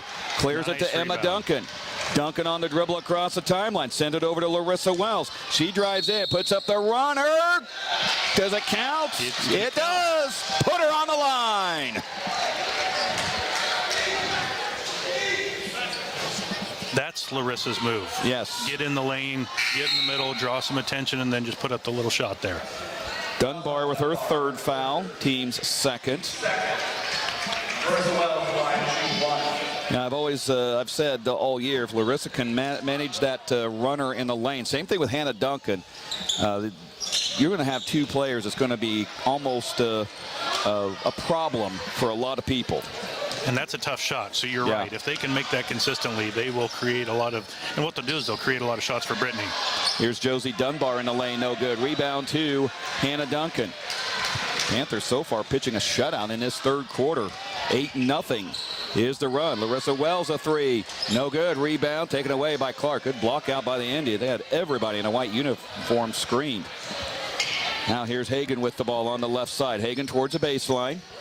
Hagan now guarded by Larissa and Sierra. Goes over to the left side now to Arnold. Now up top to McAfee. McAfee puts up the shot, missed it. Rebound to Larissa Wells again. Wells running it up into the lane, puts the shot up, missed it, but she goes to the free throw line. I think Larissa's coming out a little more determined in this 2nd half. Not that she was to start the game, but 2 fouls really kind of got her a little off kilter a little bit. Right, and Clarke's zone defense has slowed us down and not made things easy, and Larissa's game is all about getting to the hole, so it's good for her to do that in transition. Madison McCoy, her 1st foul, team's 3rd, and Larissa's free throw is no good. Knoxville continues to struggle a bit from the free throw line tonight. Anna Anderson back in to replace Brittany Baycorn. So it's Duncan times 2, Anna Anderson, Sierra Heffron, and Larissa Wells, who's at the line for her final of 2 on the way, and she misses that one. Ball goes out of bounds. Instead, will go to Clarke. We got away with one there. Yeah, I thought that was an ill-advised tap, and luckily, no call. Yeah, that was might have been Brittany, I believe. No, Brittany's on the bench. Okay, but it was her replacement. Yeah. Here comes Madison McCoy now over to Tori Henry. Henry lost it, and they say it was kicked, and they will inbound. That was pretty good soccer play. Got it with her toe and then just flipped it up and took off. Now, I'm wondering, next year with the shot clock coming in, does it reset to a certain time? If it's anything like college, yeah, it'll be interesting to see. I'm not a fan of a high school shot clock, but that doesn't mean it's not going to happen. It just means I'm not a fan. Tori Henry with the ball. Henry.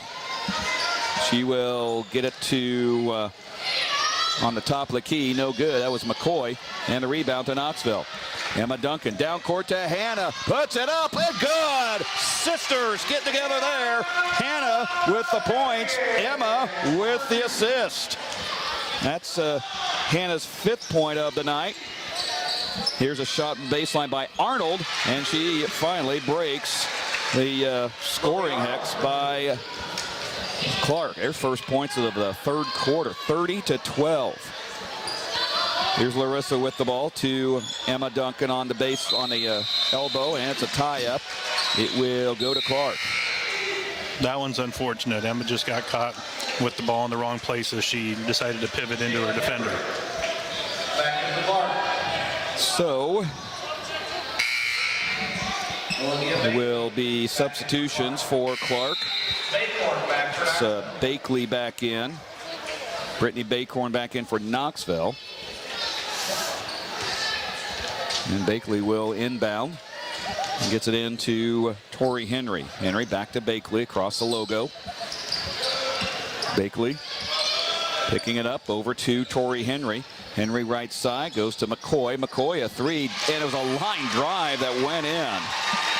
Madison McCoy, her first points of the night. Here's Sierra Heffron. She'll take a 19-footer. That's no good. Rebound to Clarke. 30-15. Clarke has halved the Knoxville lead. Bakley now with the ball. Bakley going left side. Bakley off to Hembry. Shayla Hembry will start to drive in. Cut off. Now she has an open shot. No good. Rebound. Ping-pongs out to Emma Duncan.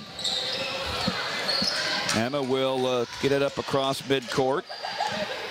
2:05 remaining in the 3rd quarter. Baycorn now with the ball. Inside to Hannah Duncan. Couldn't get the shot to fall, but she'll have a couple of free throws. Nice little give and go there. That was a good look on both ends. Just couldn't get it to go down. That foul went on Shayla Hembry, her 2nd. And Hannah Duncan at the free throw line for her first attempts of the night. First one on the way is good. And Hannah is actually the best free throw shooter on the team at 63%. Okay. So her next one on the way, and she misses that one. No, don't say it.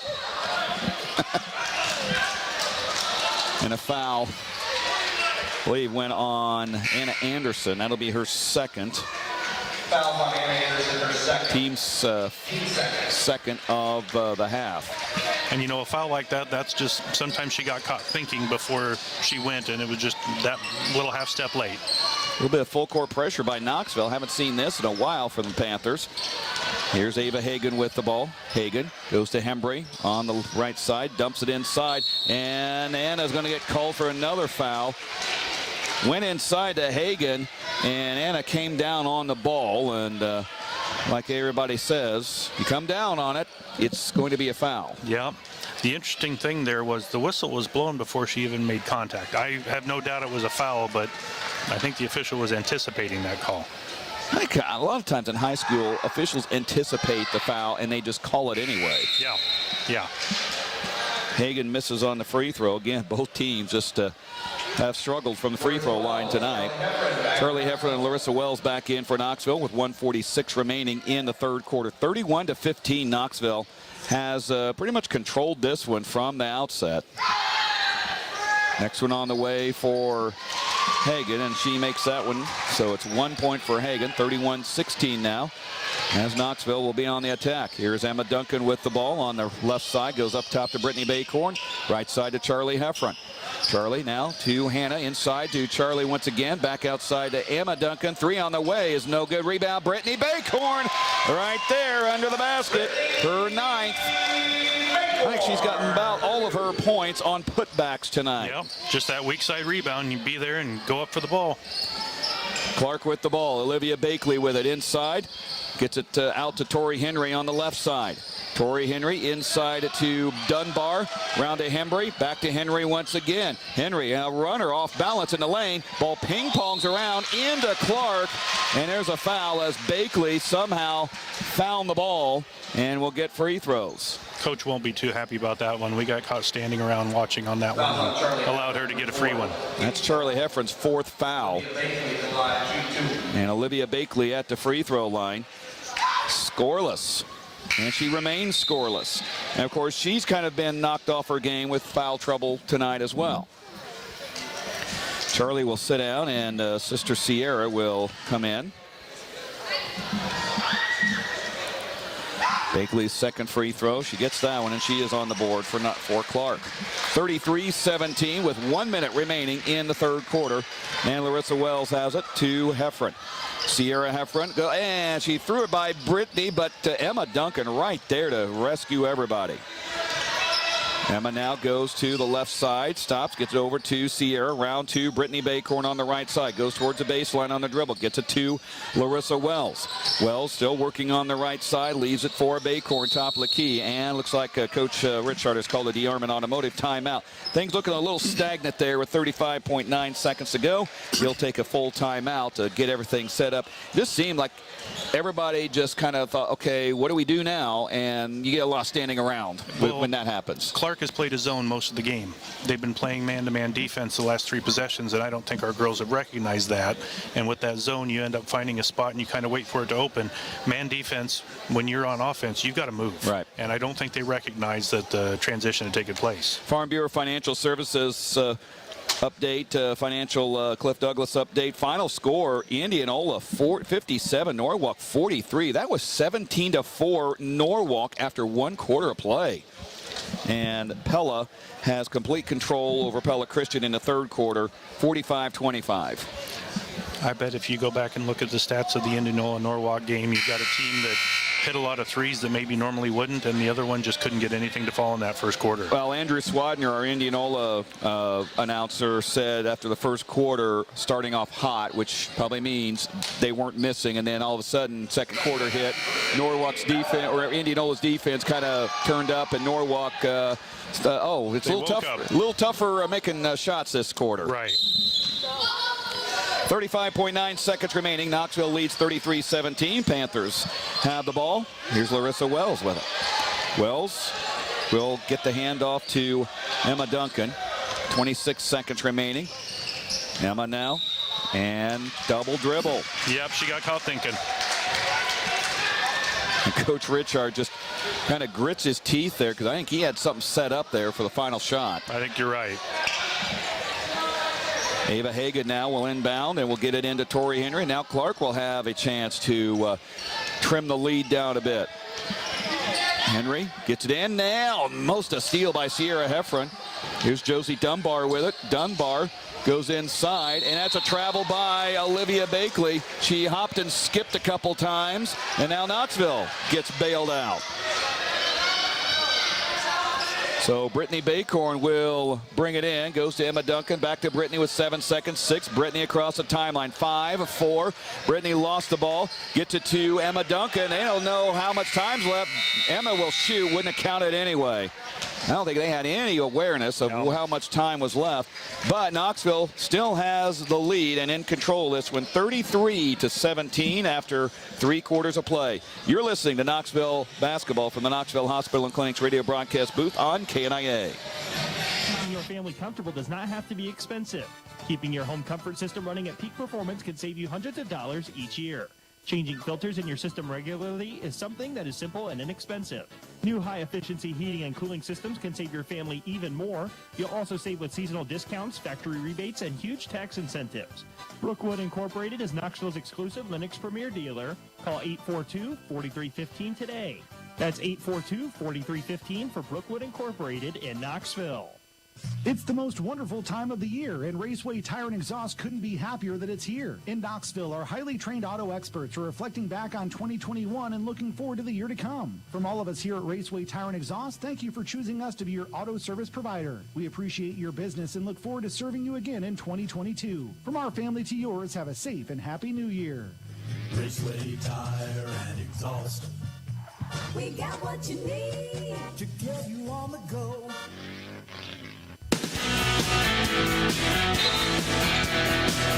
Starting of the fourth quarter of play, 33-17, Knoxville with the lead. Here's Emma Duncan driving to the basket. The maroon seas parted there, and Emma gets her 9th point. Wow.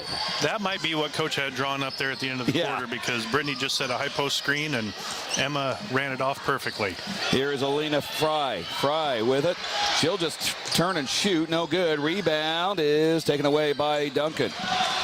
Emma has it now down to Hannah. Over to Brittany Baycorn. Down court. One dribble. Puts it up. Can't get it. And the rebound to Clarke. Now here is Olivia Bakley, and Brittany Baycorn is called for the foul. And that is number 3 on her. Doesn't seem to agree with it. Yeah, those two haven't gotten along tonight. There's one official Brittany just has not really agreed with at all tonight. Here's Bakley with the ball. Bakley inside to Tori Henry. Henry back outside to Bakley. Around to Josie Dunbar. She'll drive in. She'll put up the shot. No good. Rebound is taken away by Clarke. Henry has it. Henry guarded by Baycorn. Flips it to McCoy. Madison McCoy has it almost stolen away by Emma Duncan. Boy, Duncan's really harassing her out there. Now Fry with the ball. Goes towards the baseline. Cut off. Gets it to Dunbar. Josie Dunbar now to Bakley around the perimeter. Goes towards the right side. Inside now to Dunbar. Drives the lane. Ball kicked around. Picked up by Dunbar. Over to Fry. She'll put up the shot and in. That had to have been the most disorganized offensive set in basketball history. But if you're Clarke, you're thinking, okay, we got something on that. Here is Sierra Heffron over to Brittany Baycorn. Baycorn top of the key, flips it to Sierra. Outside to Hannah. 3 on the way. It is short. Rebound is out of bounds. It'll belong to Clarke. I'd love to see us tone things down just a little bit here for the next 3 or 4 minutes and really make their defense work and not settle for anything other than maybe a 10-foot shot in the end. Well, you got a 16-point lead, so you're in control of this game. Right. We have not shot well from the three-point line tonight, so there's no sense in forcing that at this point. Here's Bakley with the ball. Bakley guarded by Larissa Wells. Gets it to Josie Dunbar. Now out to Hagan, and Hagan gets called for traveling.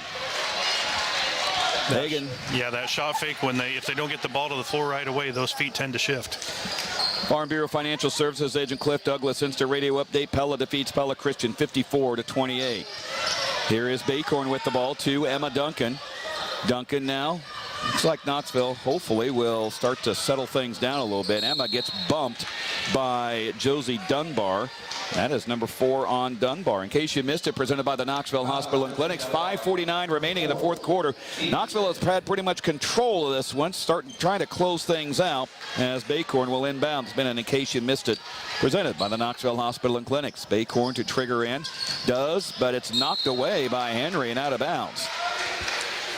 Now the girl that's been out for Clarke the last few games is her twin sister, Allie Henry, and they literally are spitting images of each other. You talk about identical. I remember watching them play volleyball, yes.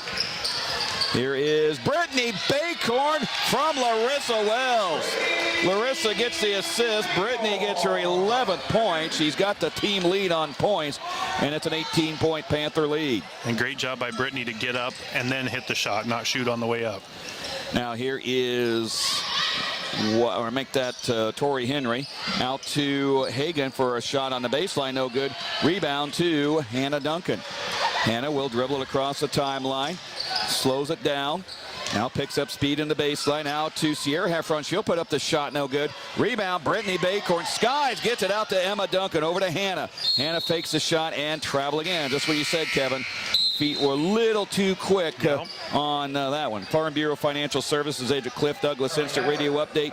Twin Cedars falls to Southeast Warren in girls play 54-31. Not a huge surprise. Southeast Warren's pretty good. Yeah, they are. Good program down there. They're 2-4 to Pride of Iowa, which tells you how good the Pride of Iowa is this year. And they're now 7-0 in non-conference. Oh wow! Now they play a lot of bluegrass teams, so you know how good is that record. But yeah, they've always had a good basketball program, at least in girls. Yeah, that Pride of Iowa conference covers a lot of ground, and there's some solid teams there. Yeah, reason why Pleasantville got out of that conference. I wouldn't want to go to Bedford and Lenox. Sure. And where else do you go down to? A lot of places. Here's Charlie Heffron. She gets it blocked on her way to the basket. She saves it to Hannah Duncan, who puts it in. I don't know if Charlie meant to do that. Do we give her the assist? Absolutely we do. If there's anything Charlie has, she has vision. And the way she's grinning, I know she made that. She really did. She's probably embarrassed that she got her shot blocked because she had a 2-step lead and the girl closed. But to have that vision to just not even grab the ball, she just tapped it back. So that was pretty. A DeArmond Automotive timeout called by Clarke. 4:36 remaining in this game. 39-19 Knoxville with control over this one. And this has been a game that I think Knoxville, we've said, went in thinking, okay, we should have won that game down at Osceola.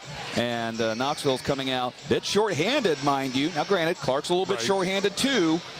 And to be winning by 20 points, I think, Coach Richard's going to look at this game and say, all right, good job. Now we got an 8-day break where we can really get into the gym and focus on some things we need to clean up. Retool a little bit, yeah. And when you can force 20 turnovers and have a 12 rebound margin, still half a quarter left, that's a pretty good indicator you're going to win that game. 4:36 remaining in the game, 39-19. Knoxville leading Clarke. Panthers so far have single-digited the Indians in every quarter. We'll see if that happens tonight. Here's Tori Henry with it across midcourt. Natalie Collins back in the game for Knoxville. So is Anna Anderson. Now here's Madison McCoy. McCoy now on the high elbow over to Ava Hagan. Hagan drives in, puts up the shot. No. Rebound is saved to McCoy. McCoy on the right side, backs up on Emma Duncan. Goes to Alina Fry. Fry will start to drive. Cut off, throws it out to Henry, top of the key. Tori Henry inside to Josie Dunbar, puts up the shot. No. Rebound to Heffron. Down court to Baycorn. Brittany will put the shot up. Count that and put her on the line. Brittany Baycorn waited just a little bit and got the foul. And I can't tell you how impressed I am. I can't tell you enough how impressed I am. She shot that shot left-handed because she was using her right arm to shield and draw the foul. So I hope she gets the old-fashioned 3 out of this. She's got 13 tonight, looking for number 14. It's on the way, and she can't get it, but rebound to Anna Anderson. She gets tied up, and that'll go to Clarke. That's okay. That makes them waste a possession because of her hustle. Sierra Heffron up off the bench. He will come in for Brittany Baycorn. 3:51 remaining. Don't know if it's Brittany's final minutes of the game or not. Alina Fry with it. Fry on the left side. Fry. Bounce pass to Dunbar. Josie Dunbar into the lane. Has it knocked away, and Natalie Collins comes up with it. Collins with it across midcourt. And offensive foul? No, I don't like how he called it. Okay, It was it's on a moving Anna. Screen on Anna. Yeah, Okay. she was blocking. I was going to say, how Yeah. I mean, Natalie is... Not very big. We'll just say no, not very big. Sweetheart of a girl, but yeah. And to knock over Josie Dunbar, who's kind of got some definition to her. Right. But that was on Anna Anderson. That's number 4 on her. Anna was a little late to the spot where she wanted to set the screen. Here's Alina Fry with it. Fry in between the rings. Over to Hagan on the right side. One dribble. Goes inside to Dunbar. She'll put up the shot. No good. Rebound. Tapped around. Out of bounds. It goes to Knoxville. 3:10 remaining in this game. 41-19. Knoxville in control over the Clarke Indians. And Natalie Collins will trigger in. Does to Charlie Heffron. Heffron will hand it off to Emma Duncan. And Emma will run it up across midcourt. Runs into a couple Clarke players and gets fouled. That will go on Josie Dunbar. And if that's the case, or was it on Dunbar? Yeah, I think it was. That's her 5th. That's her night. She got off work early. She finishes with 6 points with 3:03 remaining in this game. That was a frustrating night for that young lady. Yeah. Essentially, she's the only one that really scored for them. Right. At the line is Emma Duncan. First free throw on the way. She gets it. 10 for Emma. So once again, balanced scoring for Knoxville, the way it's been all season. Boys teams ready to come out for their warm-ups after this game ends. And Emma makes both of them. 11 for Emma Duncan. And it's 43-19, Knoxville with the lead. Here is Tori Henry with the ball. Tori Henry goes towards the baseline right side over to McCoy. McCoy, another line drive 3, no good. Rebound to Sierra Heffron. She'll hand it off to Emma Duncan. Down court to Charlie Heffron. Charlie on the dribble, goes inside now. Twirls around, goes to Emma. She'll drive in with width, puts a layup in. Oh boy, did she have an opening. And she knew it. Yeah. She just had to get through the split. Curled around and found herself all by her lonesome under the basket. Shayla Hembry has the ball now. 45-19. Knoxville is routing Clarke at this point. Here is Hagan on the shot fake. Loses it. Picked up by Sierra Heffron. And Emma Duncan will come out with it. 2:11 remaining in the game. Emma now on the dribble. Goes into Charlie Heffron. One dribble out to Anna Anderson. She'll get it back to Emma Duncan. Under 2 minutes remaining in the game. Emma now will drive in. Will put it up. No good. Rebound is taken away by Clarke. Hembry will come down with it. Tori Henry across midcourt. Henry. It's like 3 more substitutions, so everybody for Knoxville is going to get in tonight. Here's McAfee. We're going to make that Hagan. Hagan over to Fry. Ball loose, picked up on the baseline by Fry. And I think a timeout called. I'm not sure which one, but it was just a substitution timeout. Yeah, if that was Clarke coach, he was right there by the official, wanted to get his girls in. Ashlyn Crawford into the game for Clarke. Also into the game for Knoxville is Ashley Carney, a 5'7" junior. And let's see, also Marley Larson. Yep. And for the first time this season, Janie Mosdam. Very good. 5'5" freshman. So Janie, her first action of the season, varsity-wise at least. She's played a lot on JV.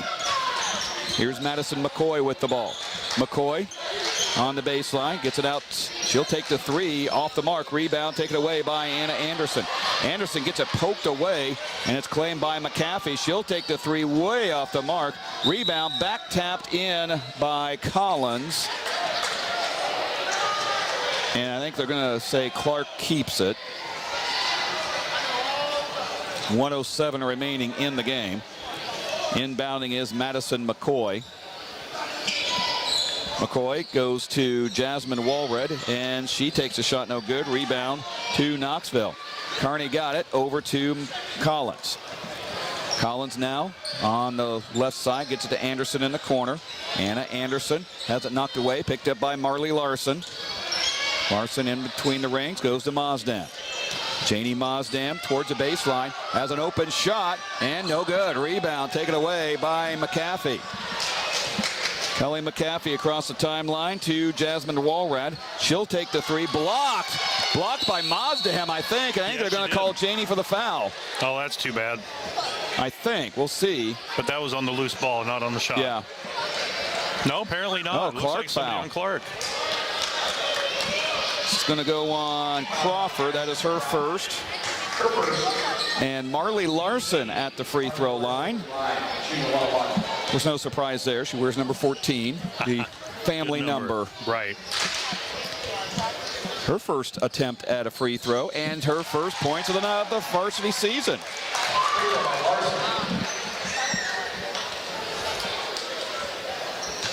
Miss Marley known for her horses and at the 4-H fair. She misses on the second one. So the lineup, and this is the first time we've seen this lineup, of course, garbage time. You got to think Janie Mosdem, Natalie Collins, Marley Larson, Anna Anderson, and Ashley Carney for Knoxville. And Clarke throws it away with 24.8 seconds remaining, and the Panthers up by 27. Pretty solid defense by the Panthers in this second half. Of course, Carney had a one shining moment a few weeks ago with a basket at the buzzer to win a JV game. Here's the ball loose, picked up by Collins. Collins will run her. It is good! Natalie Collins is on the board for the first time this year. 48-19. McAfee with the ball. Down to 3, down to 2.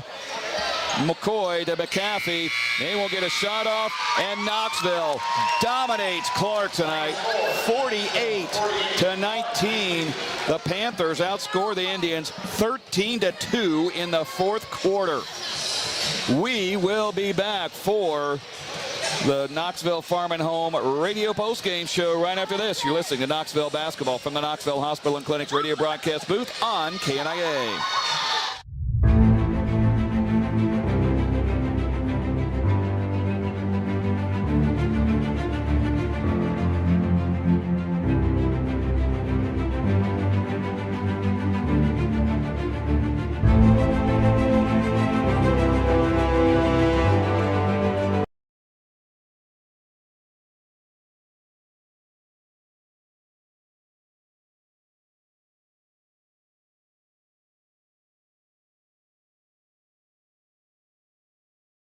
People's Bank is now open, and we want you to know. Community banking is back. I'm Bailey Nichols. I'm Jake Crozier. I'm Maggie Lovett. And I'm Emily Wallace. We're your new People's Bank crew. We are local, we are community focused, and we are here for you. Come see us at 413 East Main Street in Knoxville. Knoxville is our hometown. Good day. Like it or not, winter's on its way. And in its months of cold, snow, and ice, Knoxville Farm and Home can get you ready at home or on the job with a great selection of ice melt, sand tubes, gloves, shovels, and all that warm weather gear you need. Make this winter easier on yourself with a new Husqvarna snow thrower. We also feature Carhartt apparel in all sizes and styles that will make you and your family ready for winter has in store. Whether it's for farm or for home, Knoxville Farm and Home has got you covered. Farm and Home, what a farm store should be. Not all used vehicles are created equal. DeArmond certified used vehicles have a big advantage. All makes and models 2011 or newer with under 75,000 miles receive a 175-point inspection, Carfax report, 2 oil changes, collision deductible coverage, and wheel dent and windshield repair. Also, all DeArmond certified come with 2 warranties. A 1-year 12,000-mile bumper-to-bumper and a 2-year 100,000-mile powertrain. Only sold at the all-new DeArmond Ford Indianola. Back here at Knoxville High School inside the Knoxville Hospital and Clinics radio broadcast booth.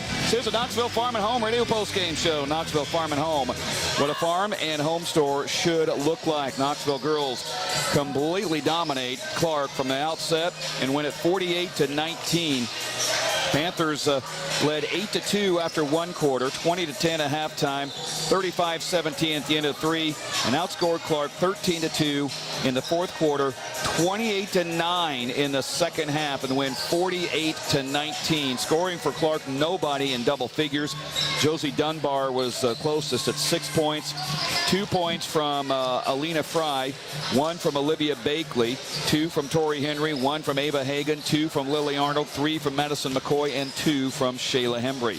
For Knoxville, Brittany Bacorn and Emma Duncan sharing high scoring honors, 13 apiece.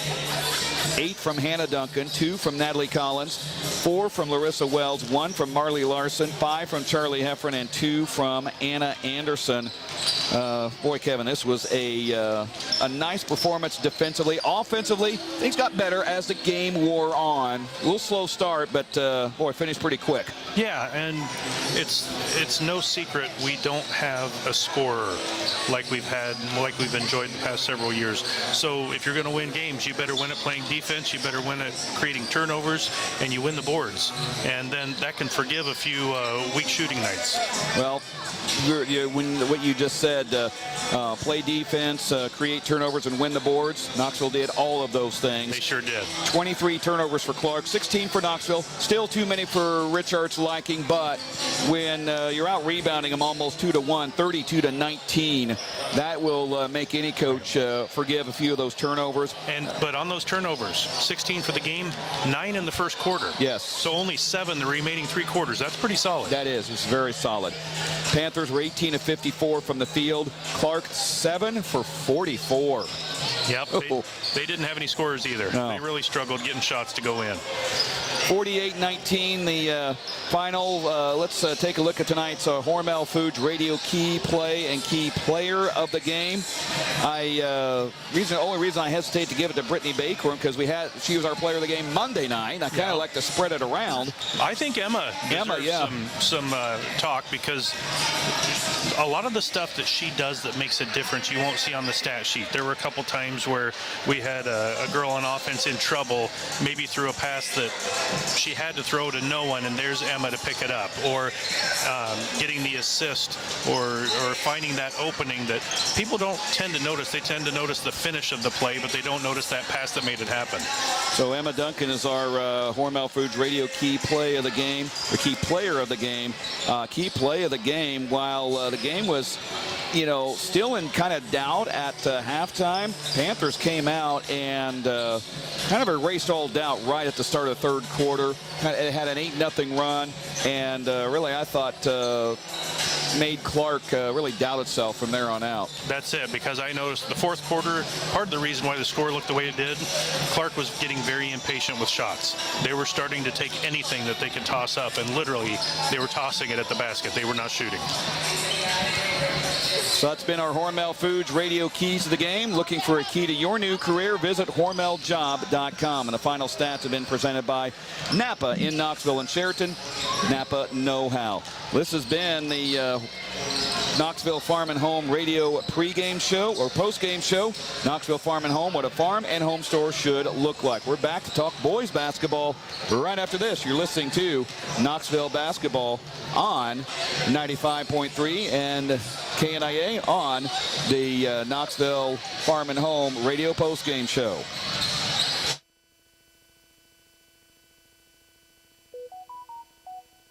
Business through us. I want you to know that we've added a lot of carriers over the past couple of years, and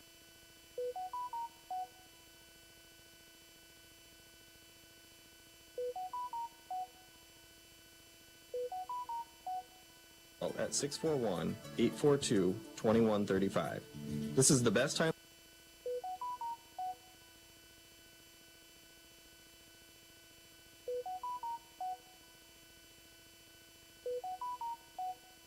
Certainly, if you're going to get new shingles, you're going to get Certainty shingles from Dutch Mill Supply.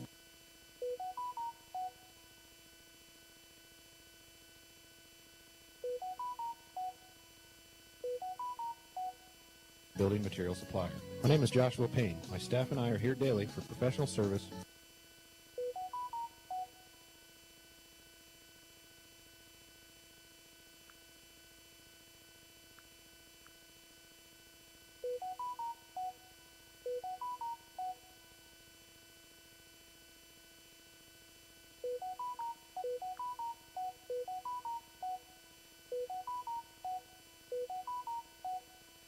Fresh Angel Food Loaf and 10-ounce Bakery Fresh baguettes. This Bakery Fresh Fuel Saver sale is going on now through Tuesday, January 18th at the Pella in Knoxville, IVs.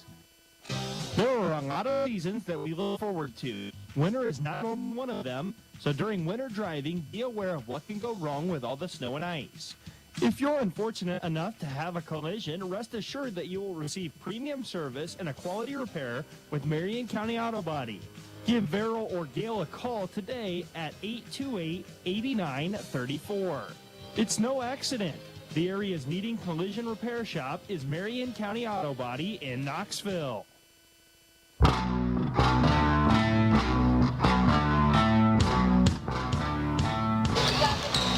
Back here at Knoxville High School, as this is the Cunningham Financial Services radio pregame show. Cunningham Financial Service, Joe Cunningham, investment advisor, Knoxville native, Knoxville committed, Knoxville strong. Knoxville boys come into tonight's action 2-7 on the season, 2-4 in South Central Conference play, while Clarke having an outstanding season, 7-3 and 5-2 in the South Central Conference. Kevin, if the girls game was something that we thought Knoxville could handle, this is going to be a much different animal for the Knoxville boys. This is a pretty good Clarke team coming in, and they've been kind of pointing to this year as maybe their year to make a little bit of a run in the postseason. Okay, well, I've heard, excuse me with my microphone, I've heard they've got some height, heard they got some talent, and we're a young team, so I look at it as this is a chance to learn. Maybe we do a few things that we've been learning along the way, and if we can get some shots to drop, we can make some noise. Well, that's the thing. Knoxville has not hit shots. They did not hit shots in that earlier game during the month of December. 69-34, they were defeated by Clarke in that game down in Osceola. Let's take a look at the Hormel Foods radio keys to the game. And tonight, Kevin, that you just said it, make shots. That is one thing that Knoxville has to do to stay in games. Down at Centerville, they did just that and rolled up 86 points. Monday night, they didn't do that and were defeated by 40 to Pella Christian. Bad example, but still, you don't make shots, you're not going to beat anybody. Right, and sometimes it takes patience. Sometimes the key to hitting those shots is slowing the game down, and instead of maybe saying, well, after 3 passes I had an open shot, maybe you make the defense work, because if your opponent doesn't have the ball, they can't score, and gives your defense a chance to rest, and maybe you get an even better shot if you make a few extra passes. One thing I have been impressed about this Knoxville team is the younger players, freshmen like Gabe Clarke and also Landon Norris right. too. Those two guys, Caden Smith, they have become a little more brave in trying to, attempting shots, doing some things where first few games of the season, maybe a little timid. Now they're thinking, all right, I played a few games. I think I can show what I can do now. Well, and I can only imagine a freshman stepping on the varsity court, they're wondering if they belong. Yeah. And you get caught thinking instead of just playing the game and understanding, if I'm 1 of 5 on the court, then I need to be 1 of 5 that's part of that team and not just the guy that plays defense and maybe once in a while I'll think about it. It does take getting in that comfort zone to make a difference. That's been tonight's radio keys of the game, presented by Hormel Foods. Looking for a key to your new career? Visit hormeljob.com. When we come back, we'll have starting lineups of tonight's game. You're listening to the Cunningham Financial Services radio pregame show from the Knoxville Hospital and Clinic's radio broadcast booth on 95.3 KNIA. Knoxville is an incredible place to be, and you're well aware of that. We are too. This is why we choose to live here, work here, raise our families here, and support this amazing community. Because what's important to you is important to us. We are Carrie Garcia, Matt Kissinger, and Adam Norris. And we choose Knoxville.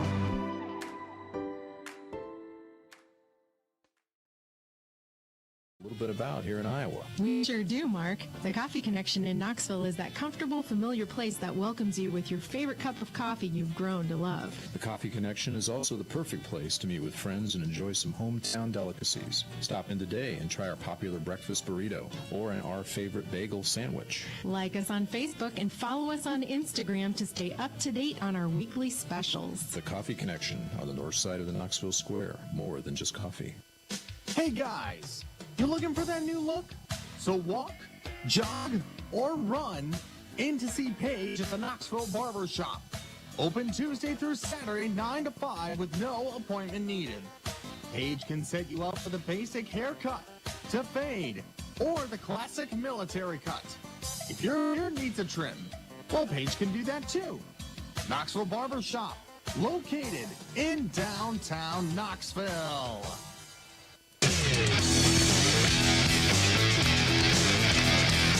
Back here at Knoxville High School on the Knoxville Knoxville Hospital and Clinic's radio broadcast booth. The Panthers and the Indians going at it from Clarke High School tonight.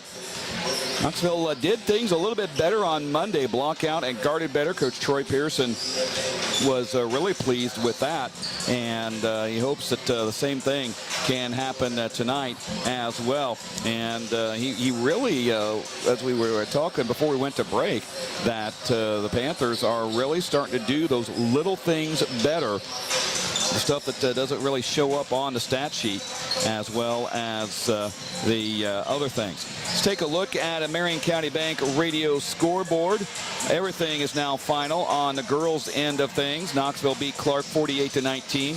Pella defeated Pella Christian 54-28, and Indianola over Norwalk 57-43. Do have one boys score in progress. Indianola leads Norwalk after one quarter play by a score of 12-3. Getting set for tonight's game here in Knoxville. Of course, the girls will have 8 days off between now and their next game, which is down at Davis County next Friday. And the boys don't really get that luxury. They have a matchup with Grandview Christian coming into town on Tuesday night. We'll, of course, have that for you right here on 95.3 KNIA as both teams head to their respective benches to get ready for this game. Let's take a look at tonight's starting lineups presented by Chasing Dreams Tattoos. And for the Clarke Indians, 7-3 on the season, 5-2 in conference play. Michael Fischels is their coach. Bo Otto will be one starter, 5'5" sophomore. Camus Boulas, 6'5" junior. A senior. He is one of their really good players. Jack Cooley is their main player. He averages, he's their leading scorer at 19.9 points per game. Cole White is another starter, 6'5" sophomore, and Spruceton Buttenhagen, a 6'6" senior. For Knoxville, under Coach Troy Pearson, Noah Keefer, a 6-foot sophomore. Gabe Clark, a 5'10" freshman. Jay Keller, a 5'8" sophomore. Landon Norris, a 6-foot freshman. And Tyler Kearney, or make that Jack Bertrand, a 6'3" sophomore. Those are tonight's starting lineups presented by Chasing Dreams Tattoos. If you can think it, they can ink it. Tonight's colors of the game presented by Brickwood Incorporated. Clarke, like the girls, dressed in the maroon with white and gray trim. Knoxville in the white with gold and black trim. Tonight's colors of the game presented by Brookwood Incorporated, your premier Lennox dealer serving Knoxville, Newton, Grinnell, and the surrounding communities. This has been the Cunningham Financial Services radio pregame show. Cunningham Financial Service, Joe Cunningham, investment advisor, Knoxville native, Knoxville committed, Knoxville strong. We'll have the opening tip coming up on 95.3 KNIA, live from the Knoxville Hospital and Clinic's radio broadcast booth. Are you planning to put your property on the market but aren't sure if your home is ready to sell? Hi, this is Cheryl Chambers with Iowa Realty in Knoxville. Maybe you're wondering which improvement projects will get you the best return for your money. Our friendly realtors offer a complimentary consultation to help you come up with a plan to sell your property for the best price. Call Iowa Realty Knoxville, 641-842-2910. Your local real estate professionals. Are you in on it? I'm in on it. Yep, I'm definitely in on it. Just got in on it last week. Yeah, took us by surprise. But we're definitely in on it now. These people are in on is the surprisingly great rates for auto insurance from State Farm. Can I get in on it? Absolutely. Just contact your local State Farm agent today, and you can get some surprisingly great rates too. Like a good neighbor, State Farm is there. Call me, little sir.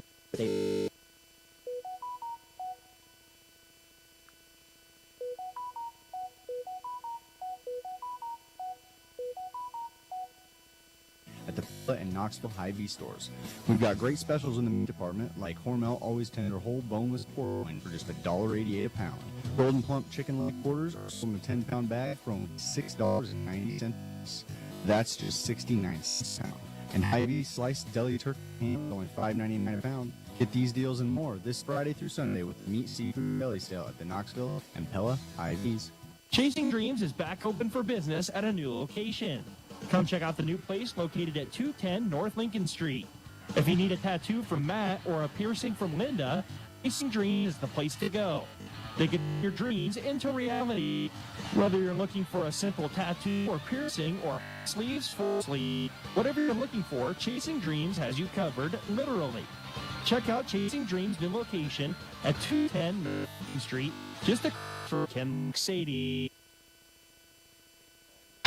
Back here at Knoxville, they didn't give him a lot of time after the lineups, and Landon Norris cans a three right out of the blocks.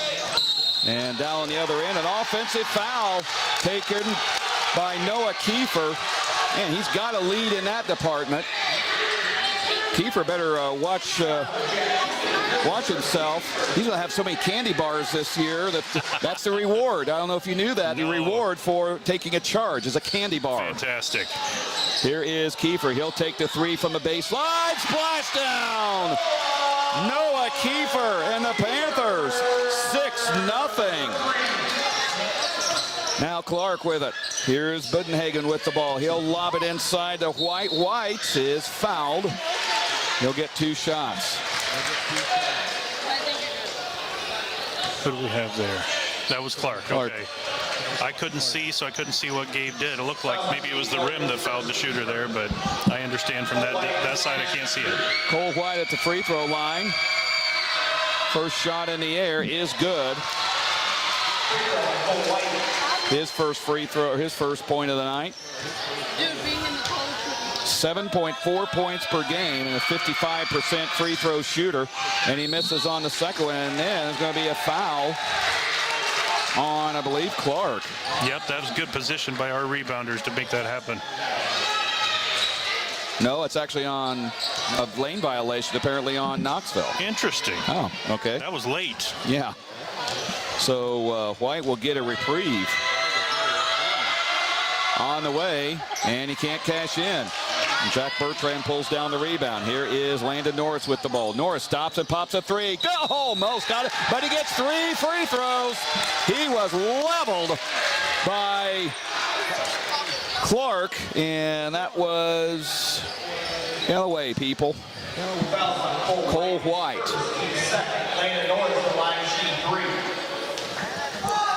And it's not fans, it's just players just milling around like, let me see. And yes, both the uniforms are very easy to read their numbers. But if you can't see, don't get me started on that. Landon Norris misses on his first free throw attempt. I remember one year Centerville came in here with black uniforms and black numbers outlined in the thinnest red they could find. Norris misses on the second one, so well, he missed them all. So it remains 6-1. Here's Bo Otto with the ball. He'll stop and pop to the baseline. No good. Rebound. Camus Boulis back in. He scores and a foul.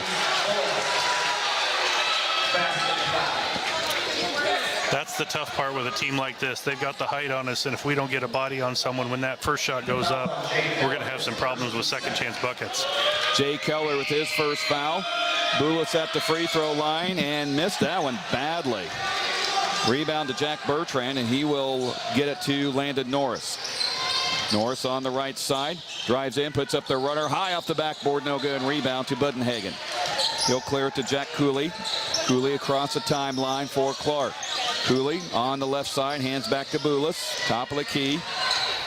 Camus Boulis will drive to the basket, will put it up, and no good. Rebound, got his own rebound, however. Underhands it to White. Hook pass intercepted by Gabe Clarke. Gabe with it down court to Landon Norris. Norris on the left side, between the legs dribble, drives in, and he gets fouled. Looks like Budenhagen again. Spruceton Budenhagen. His first foul. 6'6" senior. I'll tell you, he's one of the more improved players. A couple of years ago, he was not even a factor out there on the court. As Norris makes the free throw, his 4th point. And I got to believe they just had a class that's coming through that's got some athletes. Right. Well, yeah, you got a couple sophomores with that kind of size. You're right. Norris's second free throw, no good. Rebound to Knoxville as Keefer gets it. Gabe Clark's three is blocked. Yeah. 7-3, Clarke with the lead, 6:08 remaining in the first quarter. Here is Cole White under the basket, and he scores easily, his third point. 7-5, Knoxville's lead down to 2. Here comes Landon Norris with the ball on the right side. Landon drives into lane, kicks it out to Keefer. Three on the way, no good. Rebound taken away by Cole White. White to Jack Cooley. Cooley on the baseline. Can't get anything going. Knocked away and intercepted by Jay Keller. Keller down court on the left side. He'll top a three. No good. It might have been blocked as well. It was. We've got to be a little more patient. Boulis down court to Cole White. He'll put the shot up. No good. Rebound to Boulis. Back up. He got it in a foul. 5 points for Camus Boulis already. I think our guys need to calm down a little bit. Yeah. We seem to be forcing the pace, and when you're playing a taller team, more talented team, going their pace or speeding up isn't the way to go. The foul's on Jack Bertrand. Connor Willis and Carson Unimark got up off the bench. There he is in the game. Been nursing a stress fracture that they cleared him quite quickly on. And they've just been kind of taking him a little bit slow. He does have one of those compression socks, I guess. Yeah, like a sleeve, yeah. Josue Torres into the game, 5'11" senior for Clarke. And Boulis will be at the free throw line. His free throw is good. He's got 8 points. 7 of their 8, I should say.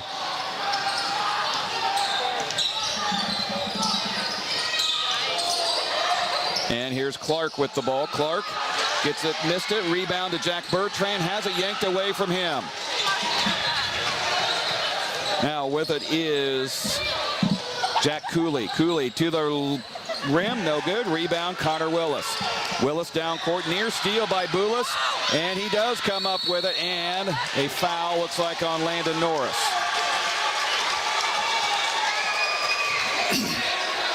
Once again, we seem to be in a little bit of a hurry, trying to transition against an advantage on their end. Boulis will trigger in, does to Bo Otto. He'll cross the timeline with 4:40 remaining in the first quarter. Otto gives up to Jack Cooley. Cooley on the left side goes back to Otto on the baseline. Otto dumps it inside to Cooley. Outside to White. He drains a shot. He's got 5 right now. And here comes Norris, and he has it taken away. Bo Otto has it. Driving in. Will put it up. Fouled. Carson Udemar gets called for his first, and Otto will shoot free throws. Yeah, we're just, right now, they're a little bit quicker getting down the court in transition than we are, and they're really doing a good job of forcing the pace on us. So Bo Otto at the free throw line. And he hits the first free throw. And coming into the game for Knoxville is Caden Smith. Also, Keefer returns to action. And Bo Otto will have another opportunity, trying to make it 12-11. Missed on that one. Rebound right into the hands of Torres, however. And he gets it to Boulis. Boulis puts it up and in. Camus Boulis has 7 points, and it's 13-7. The Indians are on a 12-1 run right now. Keefer runs into Boulis, falls down at midcourt, gets it somehow to Connor Willis, and then Boulis steals the ball, and Willis commits the foul. Interesting foul call. I don't know that I saw a foul there, but one of the things that our guys just aren't picking up on, Boulis has very long arms. You can't get so close to him that he can just reach out and tap it. You've got to stay away from him or protect the ball. Yeah, he has long arms, long legs. Not a big guy as far as wide, but he has some quickness about him too. He moves very well, very fluidly. Here is Jack Cooley with the ball.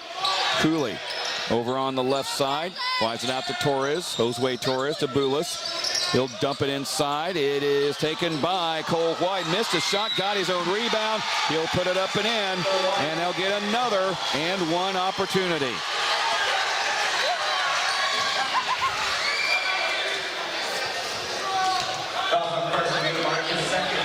And on Carson Unimark, and that is his second, and a DeArmond Automotive timeout.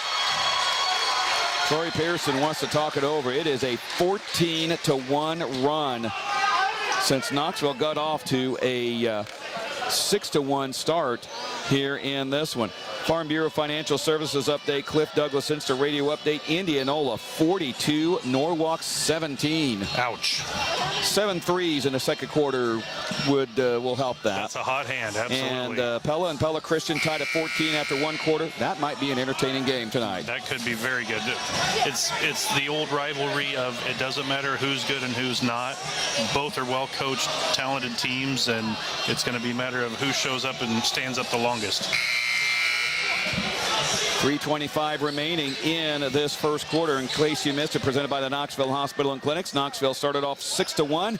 Since then, it has been 14-1. Clarke, it was in case you missed it, presented by the Knoxville Hospital and Clinics. At the line is Cole White. His free throw is good. He's got 9. 16-7 now. Here's Connor Willis. Gives back to Noah Keefer. Full court press by Clarke. Stolen away by Boulis again. Hands it off to Bo Otto. Over to Torres. Lays it in.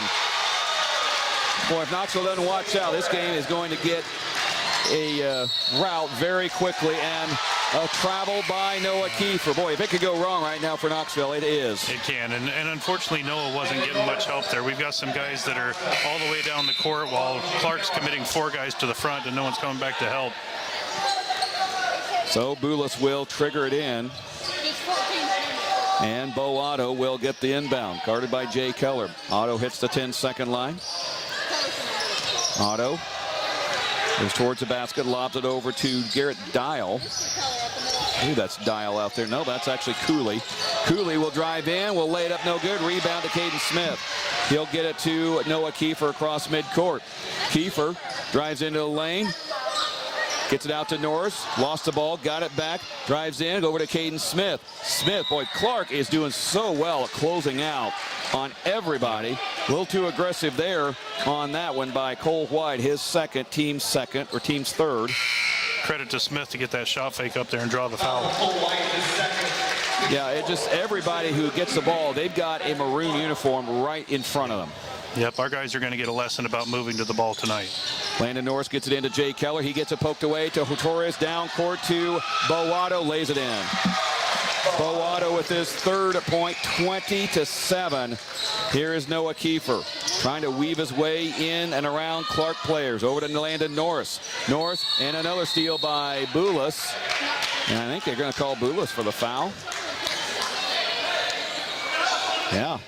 Camus Boulis with his first foul, team's fourth. Maybe the key with him is get really close. Yeah. That way it's too close for those long arms to make a difference. Keefer now has it over to Landon Norris. They'll start the offense. Norris dribbling at the top of the key. Hands it off to Gabe Clarke. Clarke gets it out to Keefer, to Keller. Jay now looking for someone to go to. Goes to Gabe Clarke. Clarke back to Keller. 3 from the baseline. No good. Rebound. Chased down by Clarke. Bo Otto has it on the run. Down the right side. Stops. And it gets away from him and out of bounds. Jesus Vega back here is in the game for Clarke. 5'11" sophomore. I feel like all I'm saying is sophomores on this team. Right. Usually you talk about a young team and they're struggling. This is a young team and they're doing very well. Here is Keller with the ball. Keller goes to Keefer. Keefer on the right side of things. Keefer looks around, goes into the lane. Can't get anything out of it. Out to Clarke on the baseline. Gabe Clarke over to Keller on the right side. Keller drives into the lane, gets it to Bertrand, puts it up, blocked. And he goes to the line. He gets fouled. I like the patience we showed there. We didn't just pop the first 3 we had a chance on, and it's going to be tough going inside with those trees, but I love that we're making them make plays, and we get some guys in foul trouble, we can at least stay close.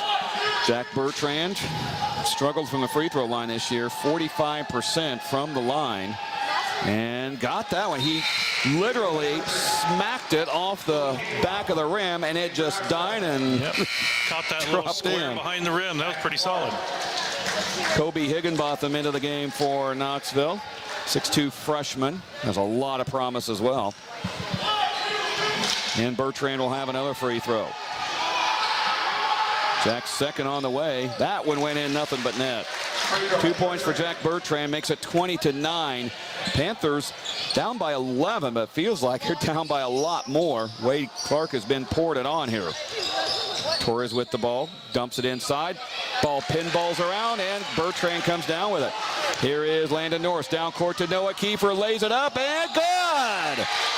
Knoxville ran the court there, and Keefer gets his 5th point. Jack Cooley has it. He'll fall away on the jumper, and good. Boy, that guy is something else. That's his first 2. Now here's Landon Norris with the ball over to Keefer. Noah on the right side, drives into the lane, puts up the runner, no good. Rebound, right into the lap of Noah Keefer, and he'll get it out to Jay Keller. Keller drives into the lane, puts up the floater, no good, and Clarke gets the rebound. Jack Cooley has it across midcourt, and Cooley is tracked down by Keller, and Jay will get his first foul. Not a very useful foul, because that puts them on the line and gives them a chance to put some more in without any defense. And that's Jay's second foul as well. Comes Gabe Clarke. Well, Keller household was celebrating Monday night with the Georgia Bulldogs winning the national championship.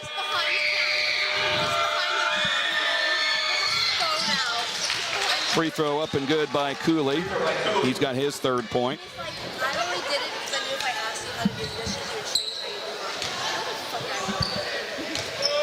Cooley's second free throw on the way, and he got that one. 4 points for Jack Cooley, 24-11. Clarke with the lead. Here's Landon Norris with the ball, drives into lane, kicks it out to Keefer. Keefer fakes a 3, drives in, puts up the runner, no good. Rebound is out of bounds. It will stay with Knoxville. 22.4 seconds remaining in the first quarter. Clarke up by 13 over the Panthers. Can't quite get the shots to go, but I really like seeing us going at the hole rather than taking threes all the time. Here is Bertrand out to Higginbotham, over to Keefer, now to Clarke. 3 on the way is no good. Tapped out, and it will be... Should be Knoxville's ball. Yep, they're going to say Clarke. With 12.2 seconds remaining. I'm pretty confident there was only a Clarke player around when that ball was touched. That's interesting. Bo Otto will get the inbound. 10 seconds remaining. Otto down to 8, 7. Goes to Torres. Torres with 5, with 4. Down over to Dial. Into a lane. Puts it in. And the shot missed, but they're going to call a foul. Yes, they're going to have a foul at the end of the first quarter. Jesus Vega. And that's going to go, I believe, on Jack Bertrand. That is his second. Boy, that's unfortunate. Once again, we're probably 80 feet away, and Jack was shielding us from the play, but it sure looked like he was standing there just waiting for the guy to come at him. Jesus Vegas, free throw line, he misses. He is a 28% free throw shooter, so it looked like...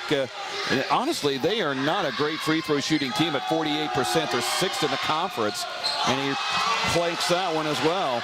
So the quarter ends 24-11. Clarke with the lead over Knoxville.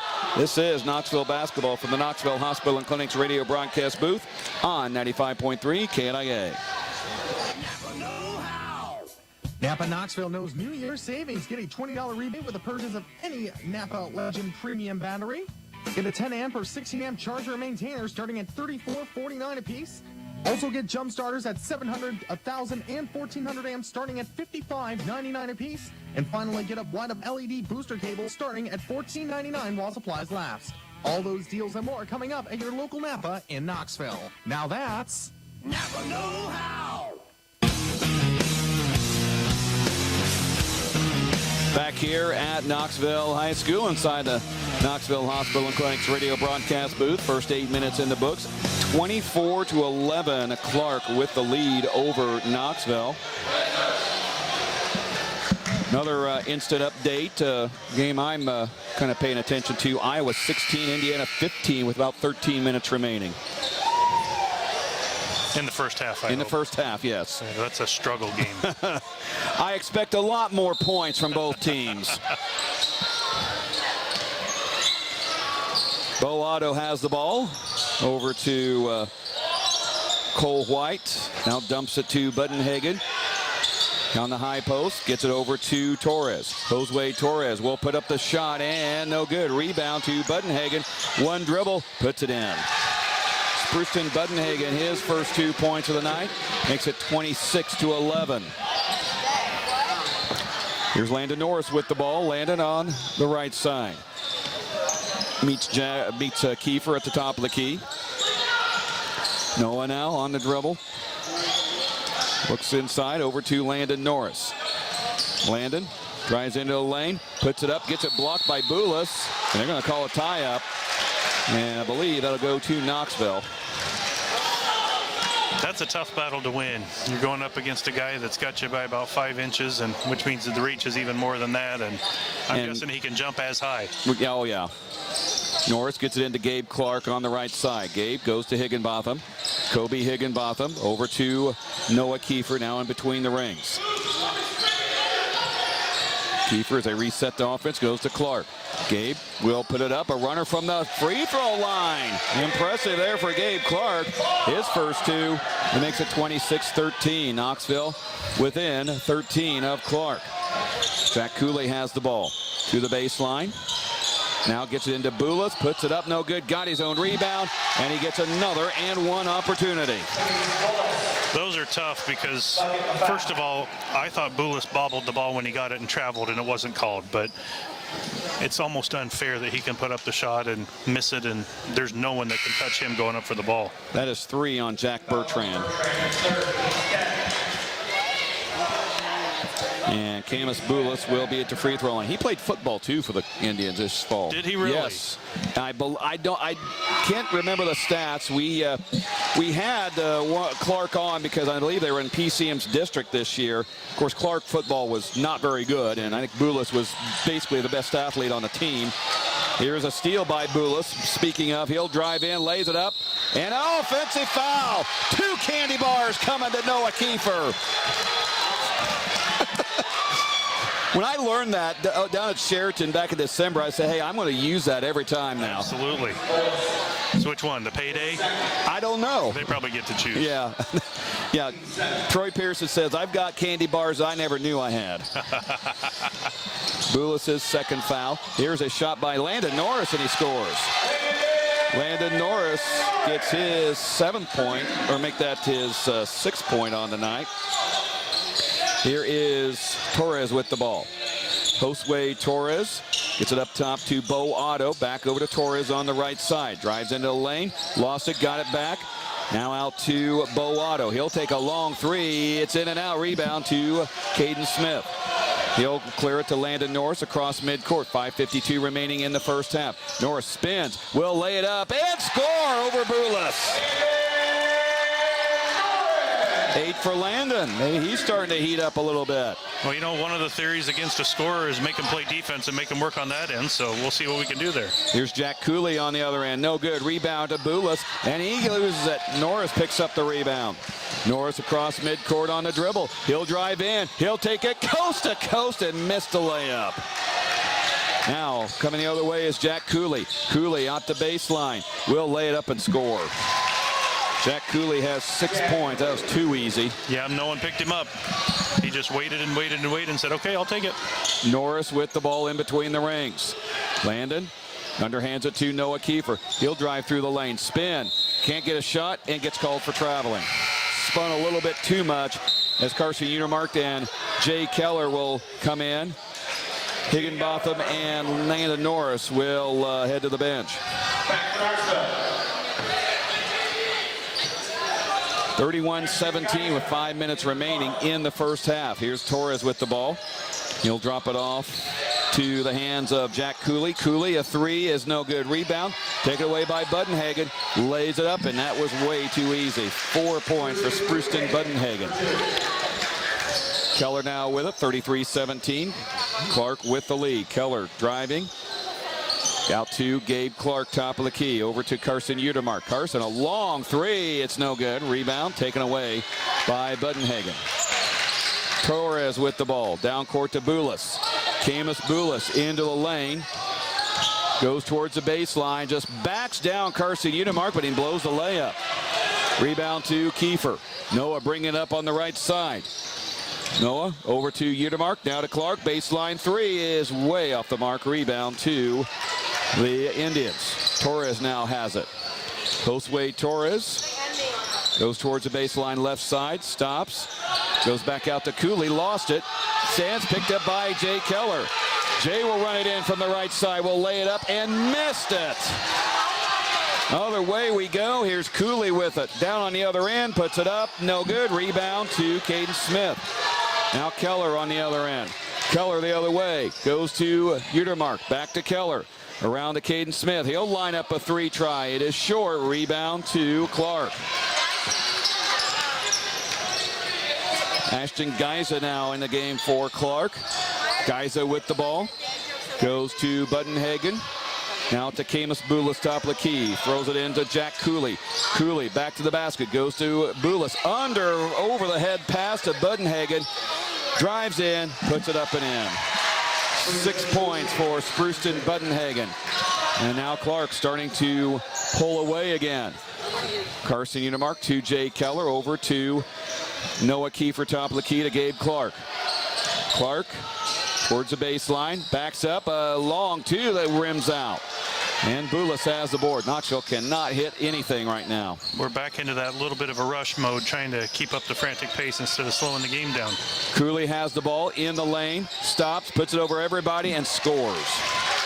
Jack Cooley with his 8th point, 37-17.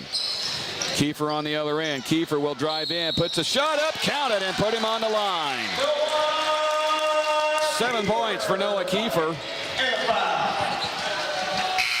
Foul goes on Jack Cooley. That is his 2nd. And I love how the guys just keep playing. Yeah, and that's Troy Pearson says they have not had any, like eye rolls or, oh, here we go again. It's just like, all right, fine, let's keep playing. I don't care how far we're down or up. Noah Keefer's shot is no good, though. He remains at 7 points. Here is Bo Otto into the lane. Underhands it to Cole White, and he scores. 11 for Cole White, 39-19. Keefer on the other end. Spins and throws it away. Carson Utermark was on the wing. I wonder if he thought Carson was going to be in the corner. Even if he was in the corner, I don't know that pass makes it. So that was just one of those, got caught out of control and lost his bearings. 2:11 remaining in the first half.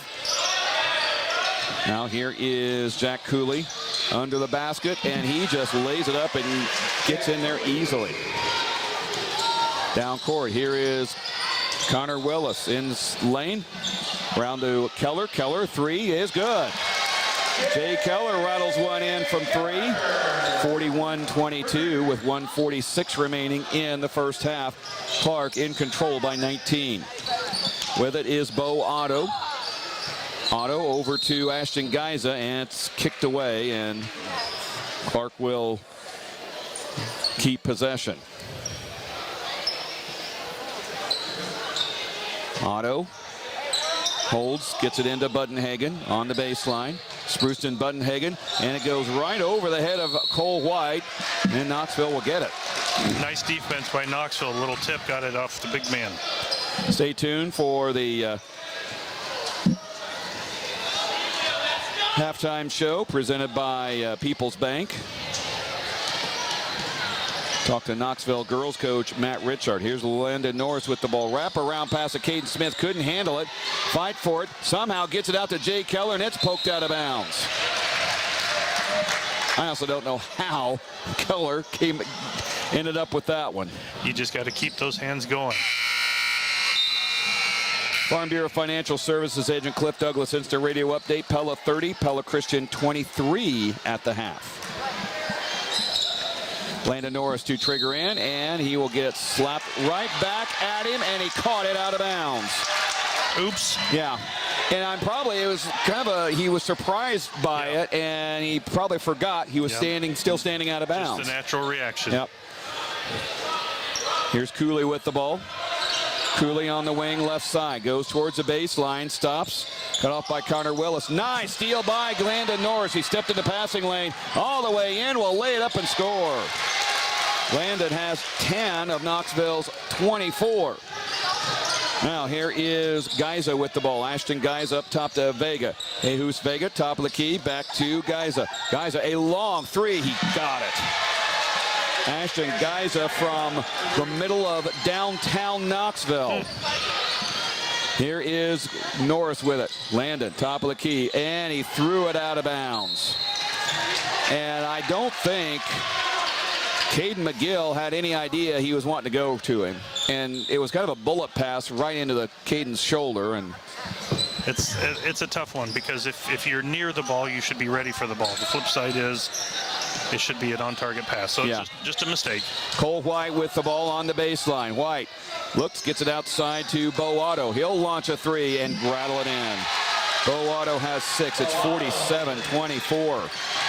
15 seconds remaining in the first half. Norris will drive in, will get it blocked out of bounds, and he will get fouled.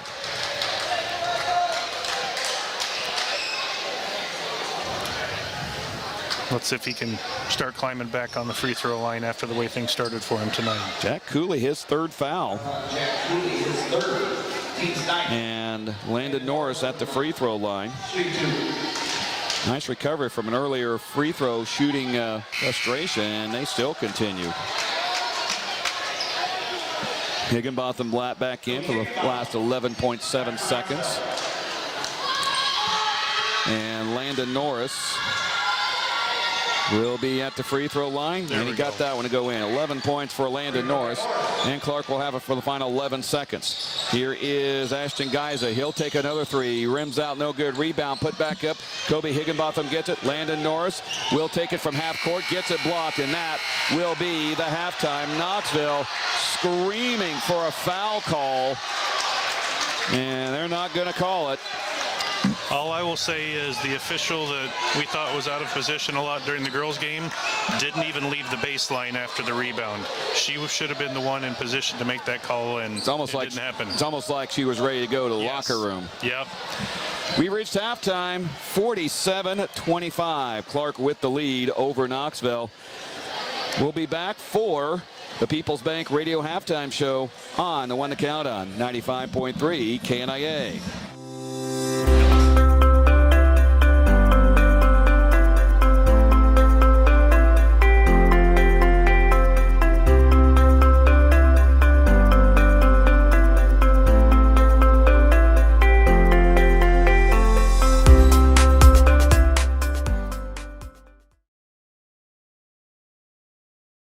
That I decided to join them.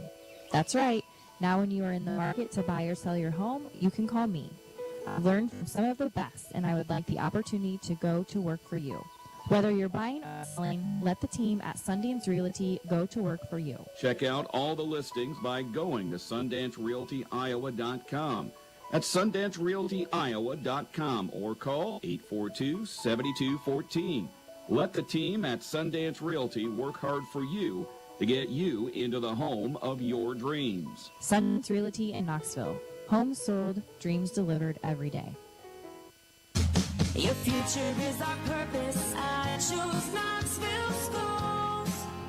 I choose Knoxville Schools.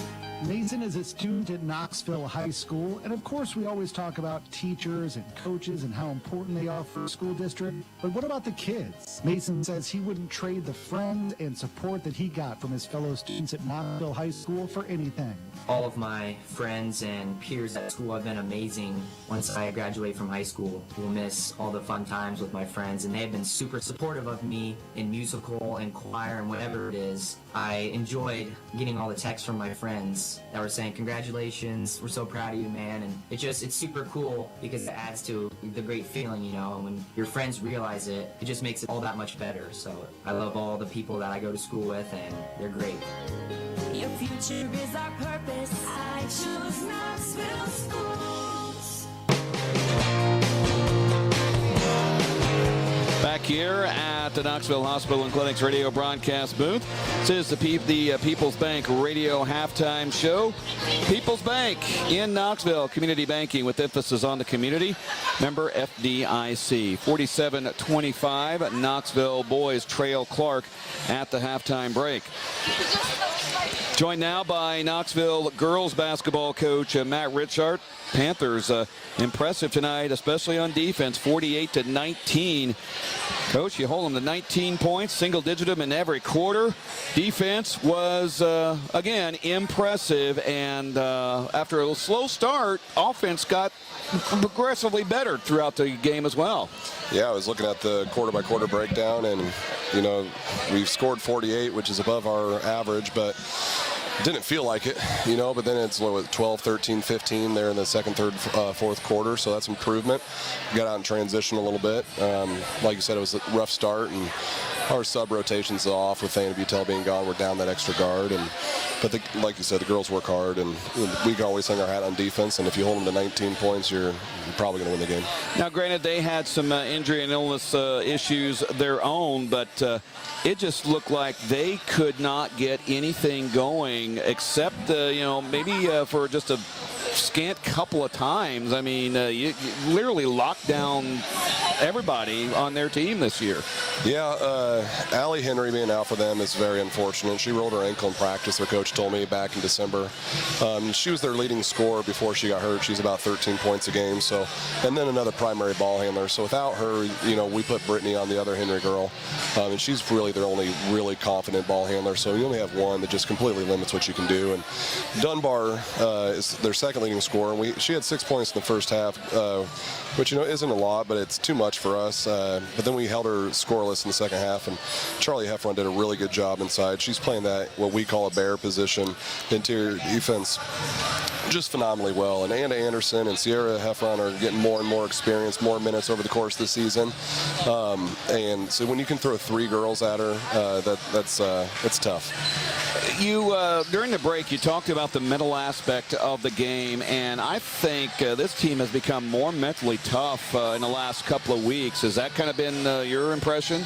Well, you know, they've grown up a lot. You know, before the game I said, you know, we're going to see how much you guys have grown, and Brittany sarcastically said, well, we're 2 months older. I was like, well, yeah, you know, leave it to Brittany. Leave it to Brittany, right? But I was like, hey, you know, a lot of you guys 11 games ago hadn't played any varsity basketball, and now all of a sudden you have. You know, I told them in that first quarter, you know, this is a carbon copy of what it looked like down at Clarke. You know, we were outplaying them, we were out turnovering them, all the situations, but we couldn't score. You know, we let them hang around. I was like, let's see how much you've grown. So, you know, the difference is down there is a 7-point loss versus now it's a 29-point win. So I'd like to think that's growth over the course of since, well, I don't know, December 7th or whatever it was.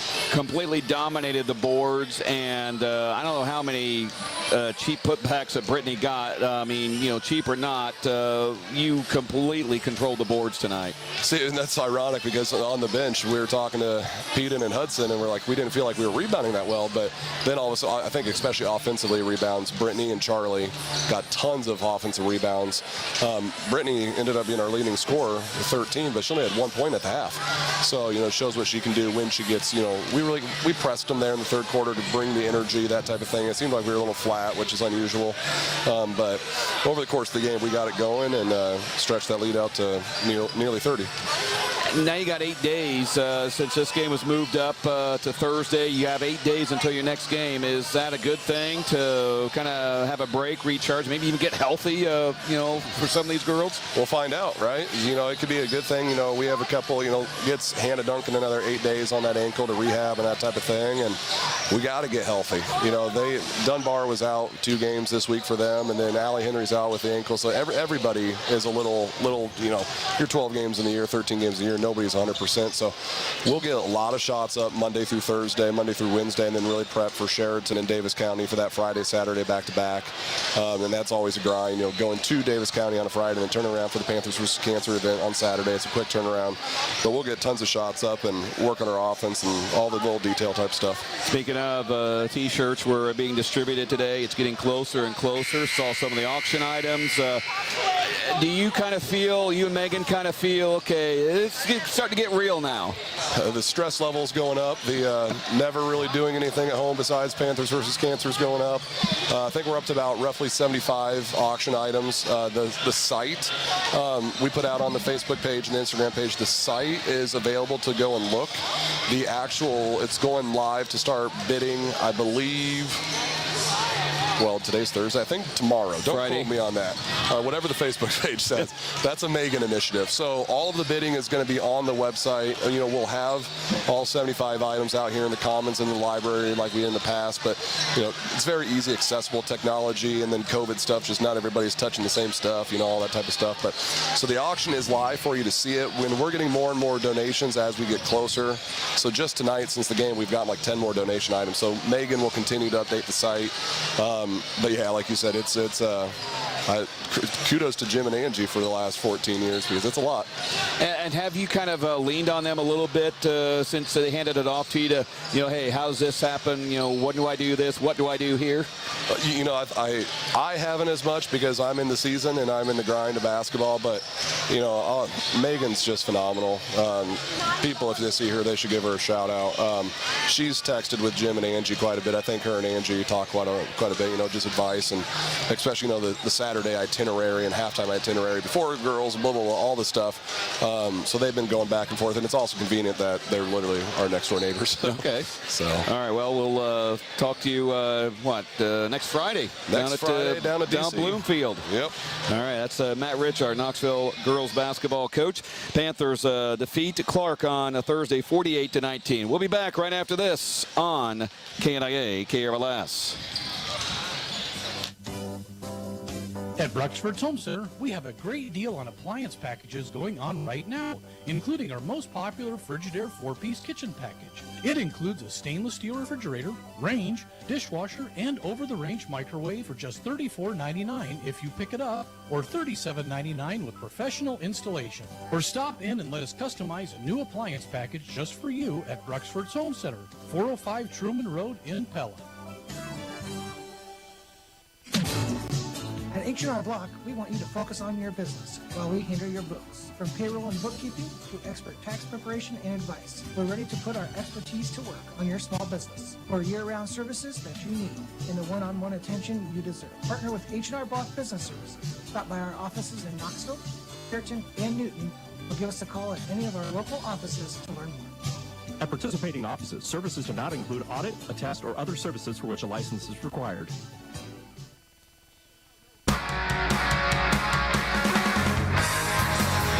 Back here, the Knoxville Hospital and Clinic's radio broadcast booth, ready to start the third quarter of a play as the Panthers and the Indians of Clarke getting set to start the third quarter as Knoxville is trailing 47-25. Clarke will start out with the ball, and it gets knocked out of bounds by Noah Keefer, and Clarke will keep it. That little play right there is what we have to do the rest of the night. We have to be in between the bigs and the ball and get a chance to, when we get the chance, tap it away and just not let them have the easy shot. Inbound is Cole White, and it's going to be a foul on Gabe Clarke. Yeah, White got Clarke on his hip, and Gabe just couldn't get around him. That's his second team's first of the half. Inbounding is Bo Otto. Otto gets it over to Jack Cooley. Cooley on the baseline. Cooley lobs it all the way out to Bo Otto. He'll take a three. No good. Missed everything. And it will hit the end line. We'll give that shot. Yeah. And it's not because he missed it badly. With everything going on inside, we'll give him that shot from 3 feet. 3 feet behind the line. So Knoxville will have it. Here comes Landon Norris to bring it up. Landon Picks up the dribble, goes over to Keefer on the left side. Noah Keefer back to Gabe Clarke right side. Clarke over to Jay Keller on the left side. Keller fires a pass inside to Landon Norris on the baseline. Gets it knocked away. Keller will retrieve it over to Keefer. Three is no good. Rebound to Camus Boulis. Boulis will hit it down court to Jack Cooley. Cooley drives into the lane, puts it up, and can't get it, and he's fouled. It's going to go on Keefer. That is his first, team's second of the half. I'll chalk that one up again. We're 80 feet away. I've got to give the refs a benefit. I don't know if I've seen any of these referees at all. Oh, yeah? Well, it is a Thursday night. It might be something where it was a late switch. Cooley makes a free throw, his 11th point. Farm Bureau Financial Services agent Cliff Douglas Instant Radio Update. 3:57 remaining in the first half. Indiana 40, Iowa 32. That's in Carver Hawkeye Arena, too. Cooley goes 1 for 2. And Keefer over on the right side or left side gets it to Landon Norris, top of the key. Norris drives into the lane, kicks it over to Keefer. Baseline three is no good. Rebound, take it away to Bo Otto. Otto across the timeline. Started by Jay Keller. Goes to the right side. Goes towards the timeline, puts up an off-balance shot and hits. 8 points for Bo Otto. 50-25. Here's Landon Norris, a three. Bounding no good. Rebound is yanked by Cooley. And Cooley will bring up the logo. Top of the key. Drives to the baseline. Puts it up. No good. Rebound. Out of bounds. It will go. Oh, save. Oh, that went off of Budenhagen. That wasn't even a question. That's a tough one. I mean, we're 80 feet away, and we saw that. It wasn't hard to see. No. Wow. You know, we're doubled up already, but we kind of need to have those calls go the right way. Budenhagen gets the ball. Here's Otto, a three. It's short. Rebound is chased down by Budenhagen. Gets it to Otto. He will back roll it into Cole White, who scores 13. That was impressive. Here's Gabe Clarke on the other end. Three is good. Splash down. Gabe Clarke, his fifth. That was the first shot I've seen Gabe take from three that was not rushed. That was a nice rhythm shot. Well, when he is open and in rhythm, he will make them. Yep, Here is Cooley. Baseline jumper is good. My goodness. 13 for Jack Cooley. He had 20 in that victory back on December 7th. Ball out of bounds, and it goes over to Clarke. And you know what? That's unfortunate. That goes down as a turnover, but that was just a really good pass, and unfortunately, Jack wasn't ready for it. 5:31 remaining in the third quarter, 54-28. Knoxville trailing Clarke. In case you miss it, presented by the Knoxville Hospital and Clinics.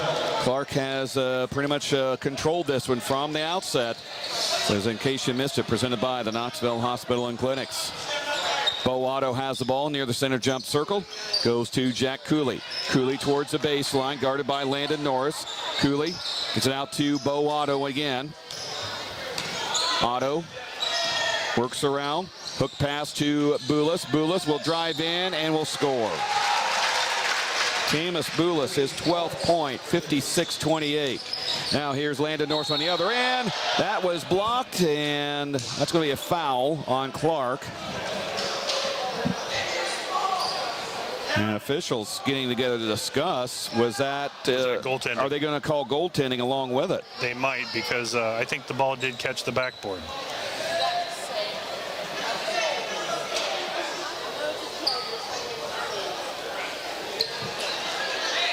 And they're not going to call goaltending. They decided that the backboard was hit after the touch. And now officials. Oh, he's correcting his call on who the foul was on. So it's on Cole White, his third, team's first of the half. Now Troy Pearson wanting some confirmation on what's going on. Just I could read his lips. He was questioning whether the backboard was after the block or before. Landon Norris at the free throw line.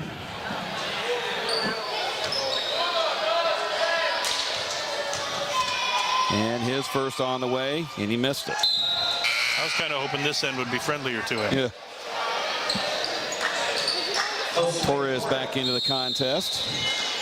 Farm Bureau Financial Services agent Cliff Douglas sends a radio update as Panthers call a full timeout. The Yarman Automotive timeout. We'll take 1-2. 4:58 remaining in the third. 56-28. Clarke with the lead. We're back on 95.3 KNIA from the Knoxville Hospital and Clinic's radio broadcast booth.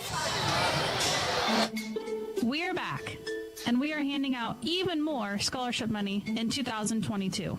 Community First Credit Union is awarding $48,000 in scholarships to our members who are planning to attend college or vocational school this fall. If that's you, apply today by visiting cfirstcu.com for a chance to earn free money towards your education.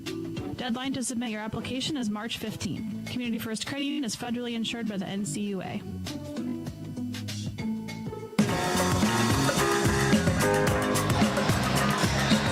Back here in the Knoxville Hospital and Clinics radio broadcast booth, 56-28. Clarke with the lead over Knoxville. It's going to give you a Farm Bureau Financial Services agent Cliff Douglas instant radio update. Twin Cedars falls to Southeast Warren tonight, 75-24. The Southeast Warren boys must be a lot better too. And Pella at the end of the third leads Pella Christian 42-41. So Pella Christian making a strong third quarter comeback. Yeah. Landon Norris at the free throw line, and he misses both. He missed one before the timeout and missed the other one after the timeout. Clarke with the ball. Here is Bo Otto, and he does that again. He looked like he was completely behind the basket. Yeah, and I don't think that's an off-balance shot now after seeing him do it 3 times. Yeah, that's something I think he's practiced. Right. Here's Jay Keller with the ball on the left side. Goes to Kobe Higginbotham. Higginbotham looks around, throws it off to Landon Norris. Shoots a pass inside to Keefer, out to Keller. 3 on the way is good. He rattled it in, did a few laps around the rim, and dropped through. That's a nice shot to him because he kind of muffed the pass when it got there, and usually that throws the rhythm off. Jack Cooley inside to Cole White. Cole White and a travel. Landon Norris staring straight up. Thought he was going to get called for the foul, but they say, no, you did what you were supposed to do. The other guy didn't.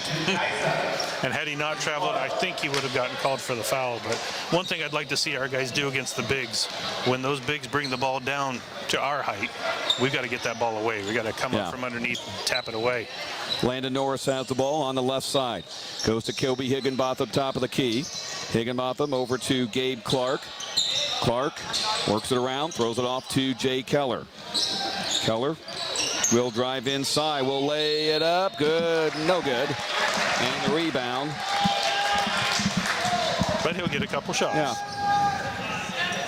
That foul went on Ashton Geiza. His first, team's second of the half. At the line, Jay Keller, 6 points tonight.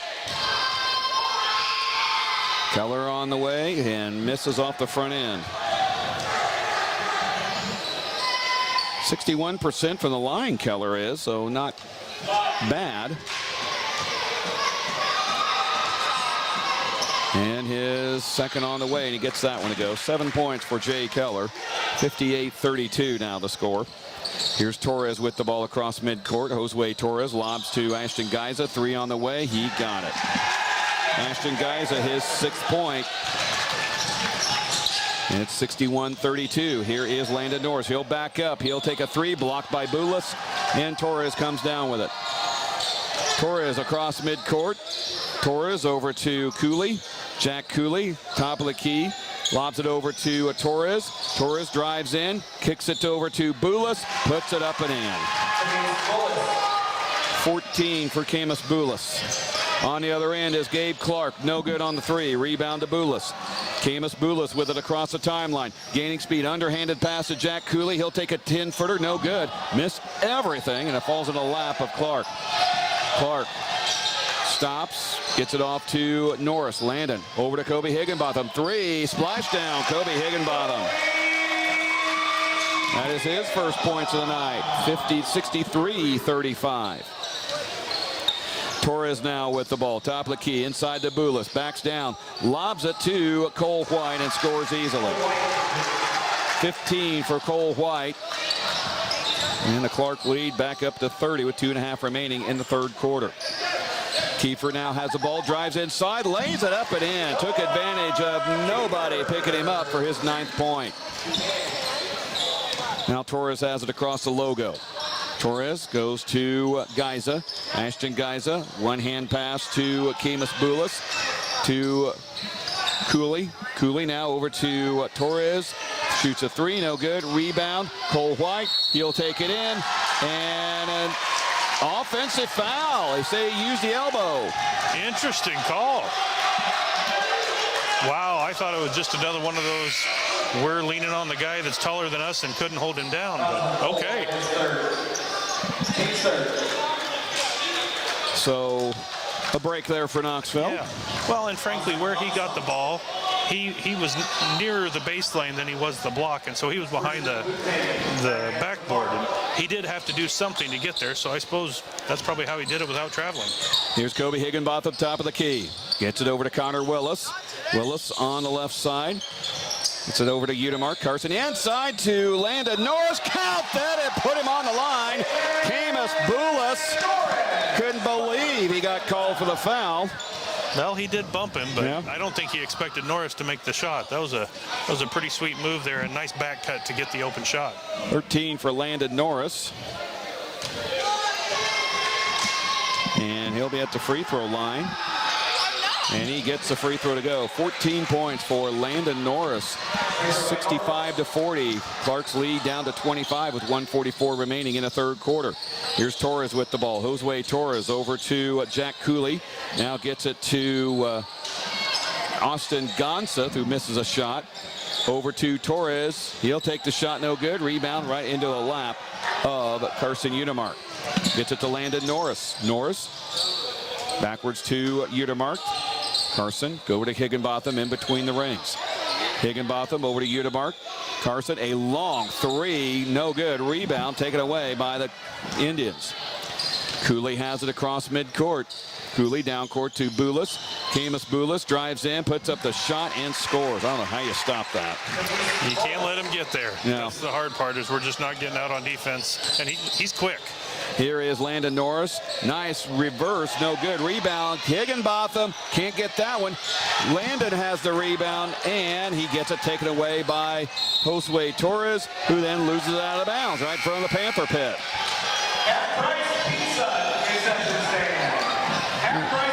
I'll be right back.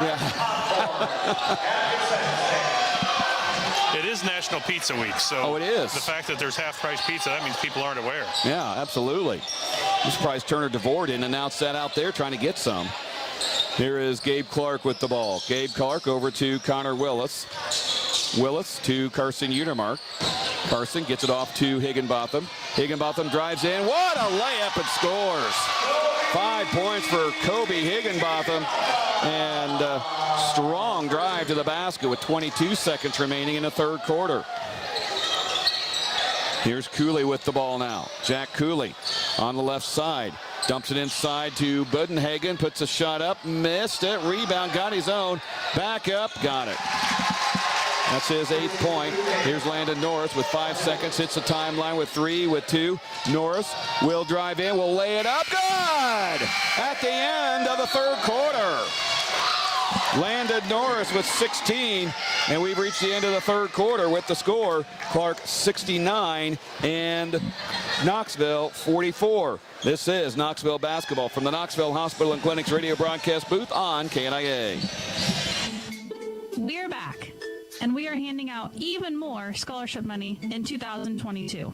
Community First Credit Union is awarding $48,000 in scholarship to our members who are planning to attend college or vocational school this fall. If that's you, apply today by visiting cfirstcu.com for a chance to earn free money towards your education. Deadline to submit your application is March 15th. Community First Credit Union is federally insured by the NCUA.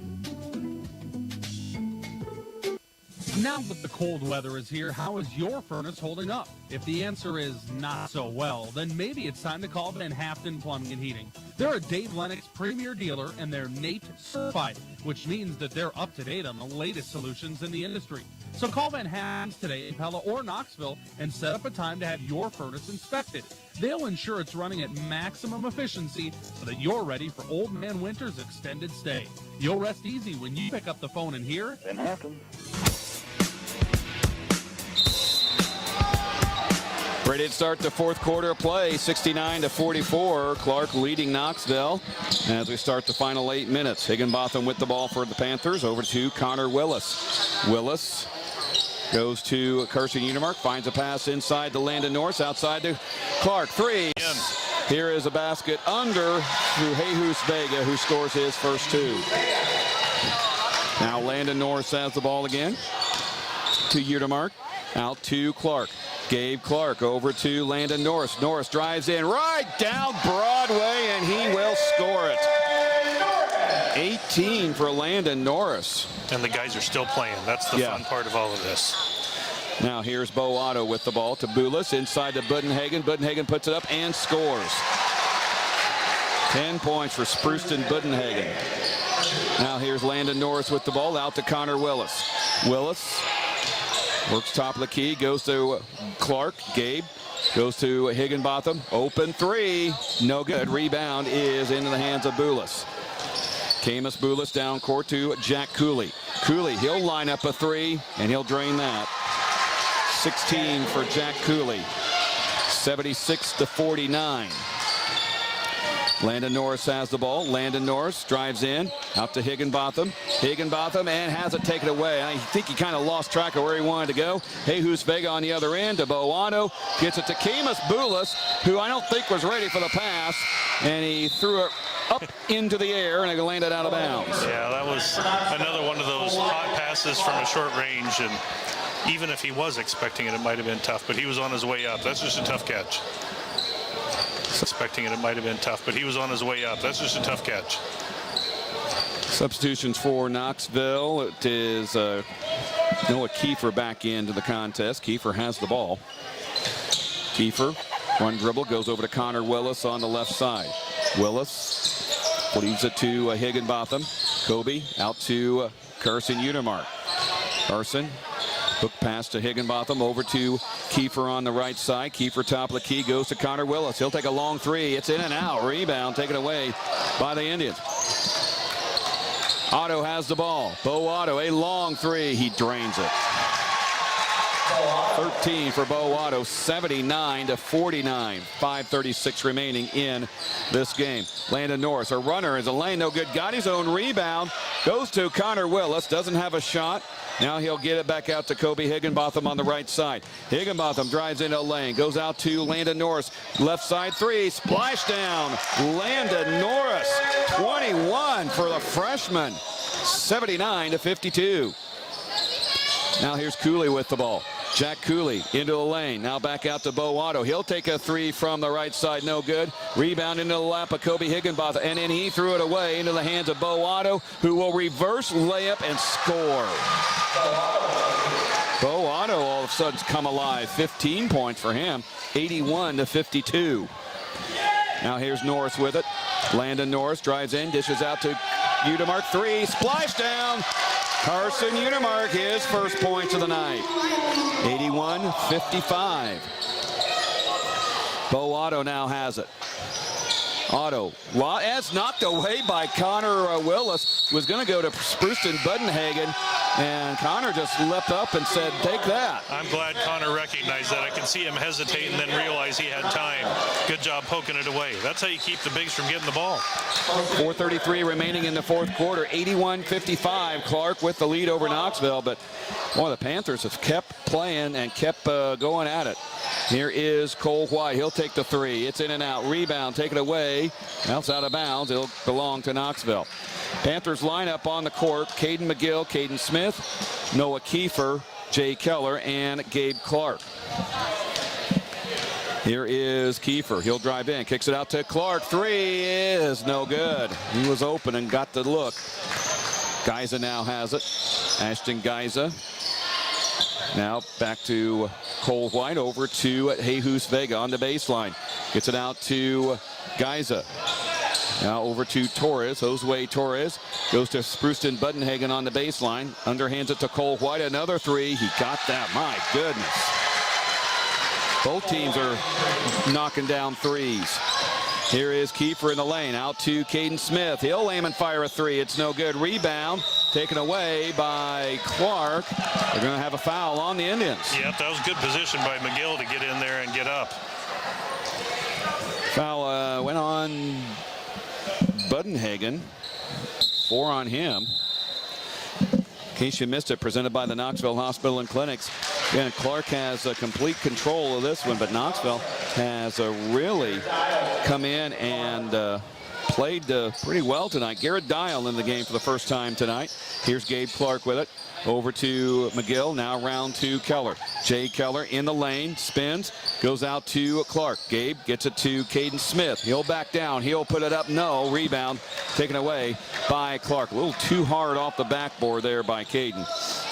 Geiza now with the ball, over to Dial. Garrett Dial on the baseline. Goes back outside to Geiza. Geiza will launch a three and get that. Goodness gracious. 9 for Geiza. 87-55. Here is Keefer to Jay Keller. Keller drives down the lane.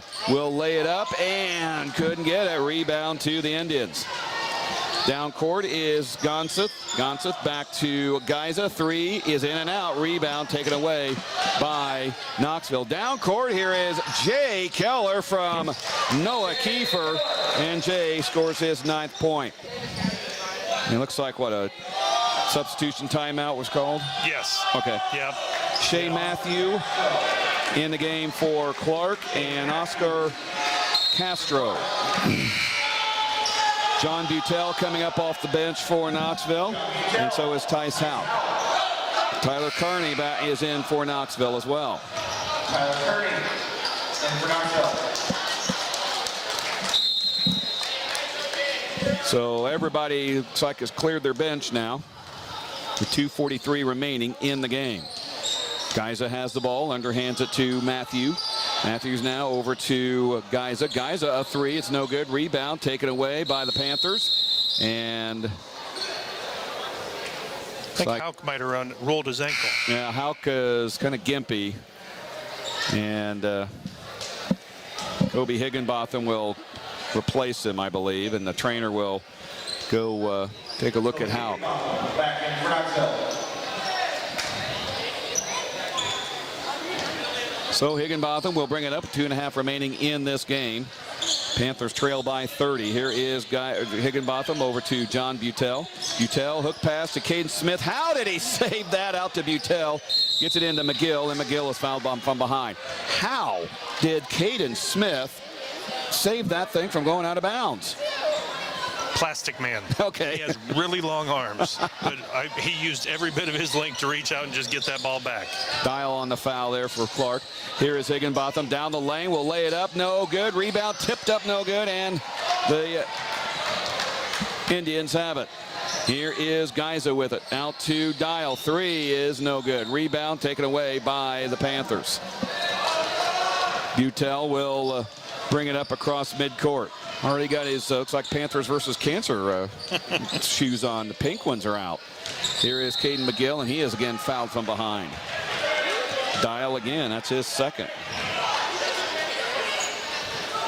Foul on Garrett Dial, his second. Team 7. And here comes a bunch of guys who aren't on my roster. It's not that hard to put these numbers on Varsity Bound, Coach. It's not. Yeah. Well, Clarke has like 25 guys on their Varsity Bound list, but half of them don't have a number. Okay, because they probably rotate. Yeah. That would be my guess. At the line is Caden McGill, his first points of the night.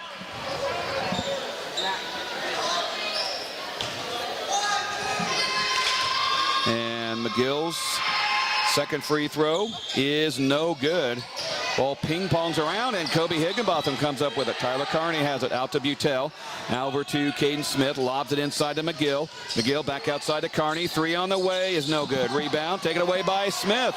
To Carney. To Butel. Over to Higginbotham. Higginbotham puts it up. Could not get it. I think the Panther Pit wanted a couple of the bench players to score. Now here's Castro with the ball. Castro is at the top of the key. 1:20 remaining in this game. Clarke with the lead. Ball, let's just say that was a miss. It was a little high. Just a little bit high. The ball didn't even hit the backboard. It smacked right into the pulley buckle. Yeah. Here is John Butel with the ball. He'll line up a three. He missed it. Boy, the Panther Pit was ready to explode on that one. 1 minute remaining in this one. Shea Matthews has the ball. He'll launch up a three, and he got it. That's his first points. And a timeout by Clarke. Another substitution coming in. You know, I hate to say it late in the game, but I don't care who's in. You still need to play defense. Yeah, you do. And he got to kind of waltz up and take his time and take the shot. Second time someone scored 90 on Knoxville this year. 90-58. Higginbotham has the ball. Over to Butel. Now to Caden Smith. He'll take a straight on three. It is no good. Rebound is taken away by Butel. Butel puts it up and good. John Butel gets on the board. Anna, his sister, out sick tonight, so I'm sure she appreciates watching that or listening to that on the KHS Activities YouTube. Now here is Caden Smith down to 20 seconds remaining. Higginbotham has the ball. Over to Butel on the baseline. Gets it inside to McGill. McGill puts up the shot. No good. Got his own rebound. Back up. Couldn't get it. He'll go to the line.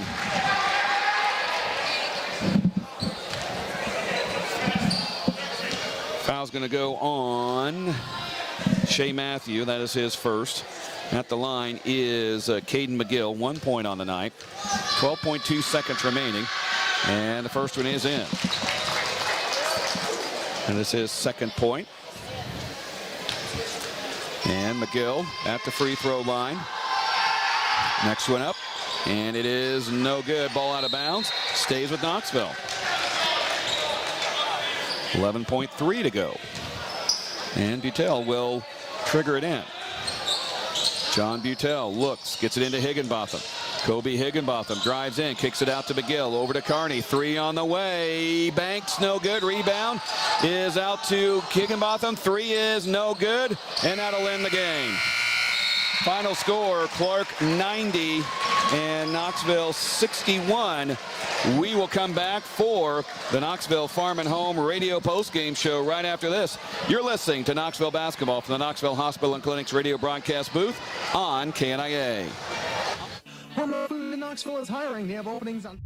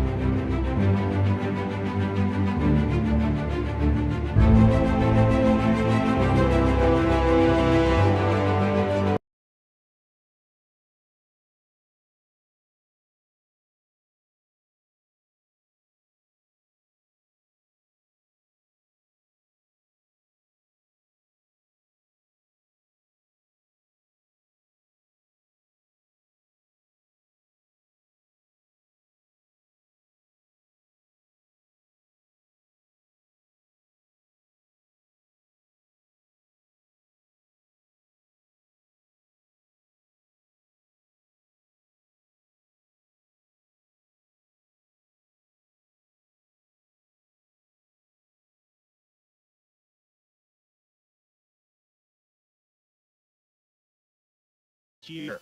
Changing filters in your system regularly is something that is simple and inexpensive. New high-efficiency heating and cooling system can save your family even more. You'll also save with seasonal discounts, factory rebates, and huge tax incentives. Brookwood Incorporated is Knoxville's exclusive Lennox Premier dealer. Call 842-4315 today. That's 842-4315 for Brookwood Incorporated in Knoxville. It's the most wonderful time of the year, and Raceway Tire and Exhaust couldn't be happier that it's here. In Knoxville, our highly trained auto experts are reflecting back on 2021 and looking forward to the year to come. From all of us here at Raceway Tire and Exhaust, thank you for choosing us to be your auto service provider. We appreciate your business and look forward to serving you again in 2022. From our family to yours, have a safe and happy new year. Raceway Tire and Exhaust. We got what you need to get you on the go. Back here at Knoxville High School on the Knoxville Hospital and Clinics radio broadcast booth. This is the Knoxville Farm and Home radio postgame show. Knoxville Farm and Home, what a farm and home store should look like. And let's take a look at the scoring for this game. Clarke held control for the entire way. 90-61 is the final. 24-11 after one quarter, 47-25 at halftime, 69-44 after three, and the final score 90-61. Clarke was led by Cole White with 18 points. Boy, extremely balanced scoring for the Indians. 16 each from Camus Boulis and Jack Cooley, 15 from Bo Otto, 9 from Ashton Geiza, 2 from Josue Torres, 2 from Jesus Vega, 3 from Shea Matthews, and 10 from Spruceton Buttonhagen. For Knoxville, Landon Norris had probably his best game of the season, 21 points on the night, 9 from Noah Keefer, 3 from Carson Utermark, 5 from Kobe Higginbotham, 8 from Gabe Clarke, 9 from Jay Keller, 2 from John Butel, 2 from Caden McGill, and 2 from Jack Bertrand. And Kevin, it was just early on, Knoxville just I think went a little too fast, got behind, but boy, they stayed with it. I thought Clarke kind of, I think, had an idea maybe heading that fourth quarter. Oh, we'll get 35 points running clock and we'll get out here early. And Knoxville said, no, we're going to play the whole regulation the way it's supposed to be played. Yeah, that shows that the guys, while they're young, obviously they struggled. They came to play. They understand the situation. Their coaches prepared them for the situation. And so every single quarter is a chance to learn, a chance to improve. And I really appreciate the attitude. You can see it in their play. There were no hanging heads. There was no laziness that came out. Every guy's still fighting for playing time because obviously there are a lot of guys rotating in and out. If you don't want to play hard, coach has someone else who can pop in there. And coach, I think early on in the season they had a couple games where the head started hanging and the shoulders started drooping. And I think he had a little heart-to-heart with him and said, hey guys, if you're going to do this, you're going to be sitting beside me on the bench. And I think they took it. That's okay. That's the coach just challenged me to, my attitude isn't great, so maybe there's an improvement right there. Looking at the final stats presented by Napa in Knoxville and Sheraton. Knoxville 22 for 68 from the field, 8 for 19 from the line. Boy, actually out-rebounded Clarke 23-21. Well, it's because Clarke made a lot of shots. Right. They shot over 50% for the game, including threes. And not bad on turnovers, 13-8. Right. So Clarke 37 for 70. Boy, they put up a ton of shots. And 8 for 26 from the free three-point line. Knoxville 9 for 33. Coach Pearson says that's just their game, and I think at one time, I haven't checked yet, they were leading the state in three-point attempts. Yeah. And I'll go back to what you started with. When you've got a young team, that tendency is going to be to try to go a little faster to keep up with some of these big dogs. And sometimes the best thing they can do is slow it down. I saw a lot of quick shots. They weren't quite squared up or they weren't quite in rhythm. And I'm sure if I came to practice, I'd watch these guys knocking down shots all day long, which that means they just haven't been able to transition that to game day just yet. Let's go to our Hormel Foods Radio key play and key player of the game. Key player of the game, Landon Norris had a really good game tonight. He did. 21 points, so he's our player of the game. Key play of the game, Knoxville was out to a 6-1 lead to start the game, and before they knew what had happened, it was I believe a 16-1 run by Clarke, and that kind of turned the tide there. We had a chance to make it 9-1, and Norris just couldn't get those free throws to drop, and that kind of opened the door. Not that the door was ever going to stay locked, but it did open that door. That's been our Hormel Foods Radio keys of the game. Looking for a key to your new career? Visit hormeljob.com. We'll take a break, and we'll come back for more on the Knoxville Farm and Home Radio postgame show from the Knoxville Hospital and Clinics radio broadcast booth on KNIA. Knoxville is an incredible place to be, and you're well aware of that. We are too. This is why we choose to live here, work here, raise our families here, and support this amazing community. Because what's important to you is important to us. We are Carrie Garcia, Matt Kissinger, and Adam Norris. And we choose Knoxville.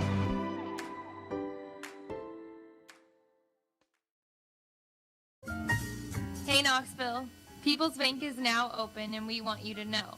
Community banking is back. I'm Bailey Nichols. I'm Jake Crozier. I'm Maggie Lovett. And I'm Emily Wallace. We're your new People's Bank crew. We are local, we are community focused, and we are here for you.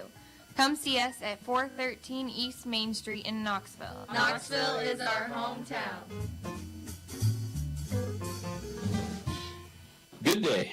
Like it or not, winter's on its way.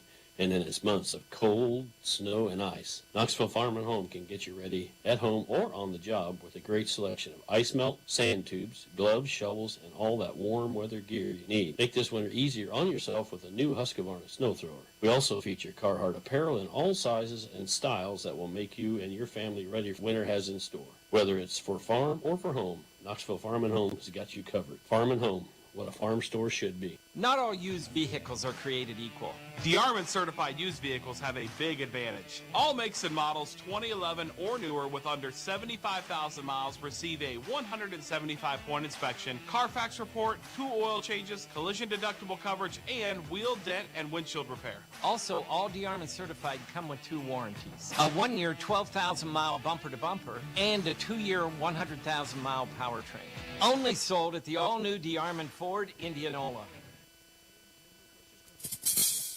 This is Todd Chambers from the McKay Group. I want to thank everyone who already does their insurance business through us. I want you to know that we've added a lot of carriers over the past couple of years, and we now have more plans and options than ever before. So if you haven't had us review your coverage lately, please give us a call and let us do that. For those who aren't insured clients already, please give us a call at 641-842-2135. This is the best time ever to let us shop your insurance for you, and we would love to earn your business. Even a mild winter can take a toll on your roof. Between the freeze and the thaw, you may need new shingles. Certainly, if you're going to get new shingles, you're going to get CertainTeed shingles from Dutch Mill Supply in Pella. CertainTeed Roofing offers a wide array of residential roofing shingle options. Dutch Mill Supply, located in Pella, is your only locally owned, one-stop, full-service lumberyard and building material supplier. My name is Joshua Payne. My staff and I are here daily for professional service from the guy next door. Our product line is diverse, and we'll get you what you need quickly and at a competitive price. Back here at Knoxville High School on the Knoxville Hospital and Clinic's radio broadcast booth, Knoxville Farm and Home radio post-game show. Being joined now by Knoxville boys basketball coach Troy Pearson as the Panthers fall on Thursday night to Clarke by a score of 90-61. Let's start it off good enough for you, up 6-1, and then they really kind of shut the door with a run of about, I think, 16-17-1.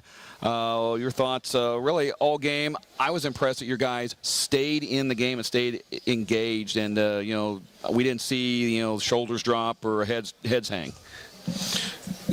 All year long, I've really praised our team for exactly that. Even when we're down, we stay and we play hard, and we did again tonight.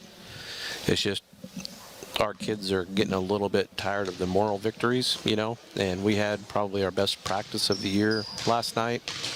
So I thought we would come out, and we did the first 3 minutes of the game, played with great energy, got good things going, and then a couple negatives happened. We missed some free throws, we missed some box outs, and it just, the tide started shifting and we couldn't get it back. Was it more of kind of just a snowball effect there? It just seemed like whatever could go wrong went wrong for you there for most of the first half. Yeah, and I think that's on us. We have to be able to bow your neck a little bit when things are going wrong. We talk about this a lot. And you're going to face adversity in life. You're going to face adversity in games, and things are not going to go well. How do you react? And it's not that we react poorly. We just don't take our intensity level up just another notch to get that get that momentum reversed. Is that what we were talking about, the other day about learning, about certain things? I mean, these guys are freshmen. I'm, not going to make the excuse they're freshmen, but these guys are learning literally on the fly at varsity level. Yep, they're learning, and I'm learning as a coach. It's not just on the kids. Our coaching staff has to get better. We have to do a better job of getting our kids prepared to play.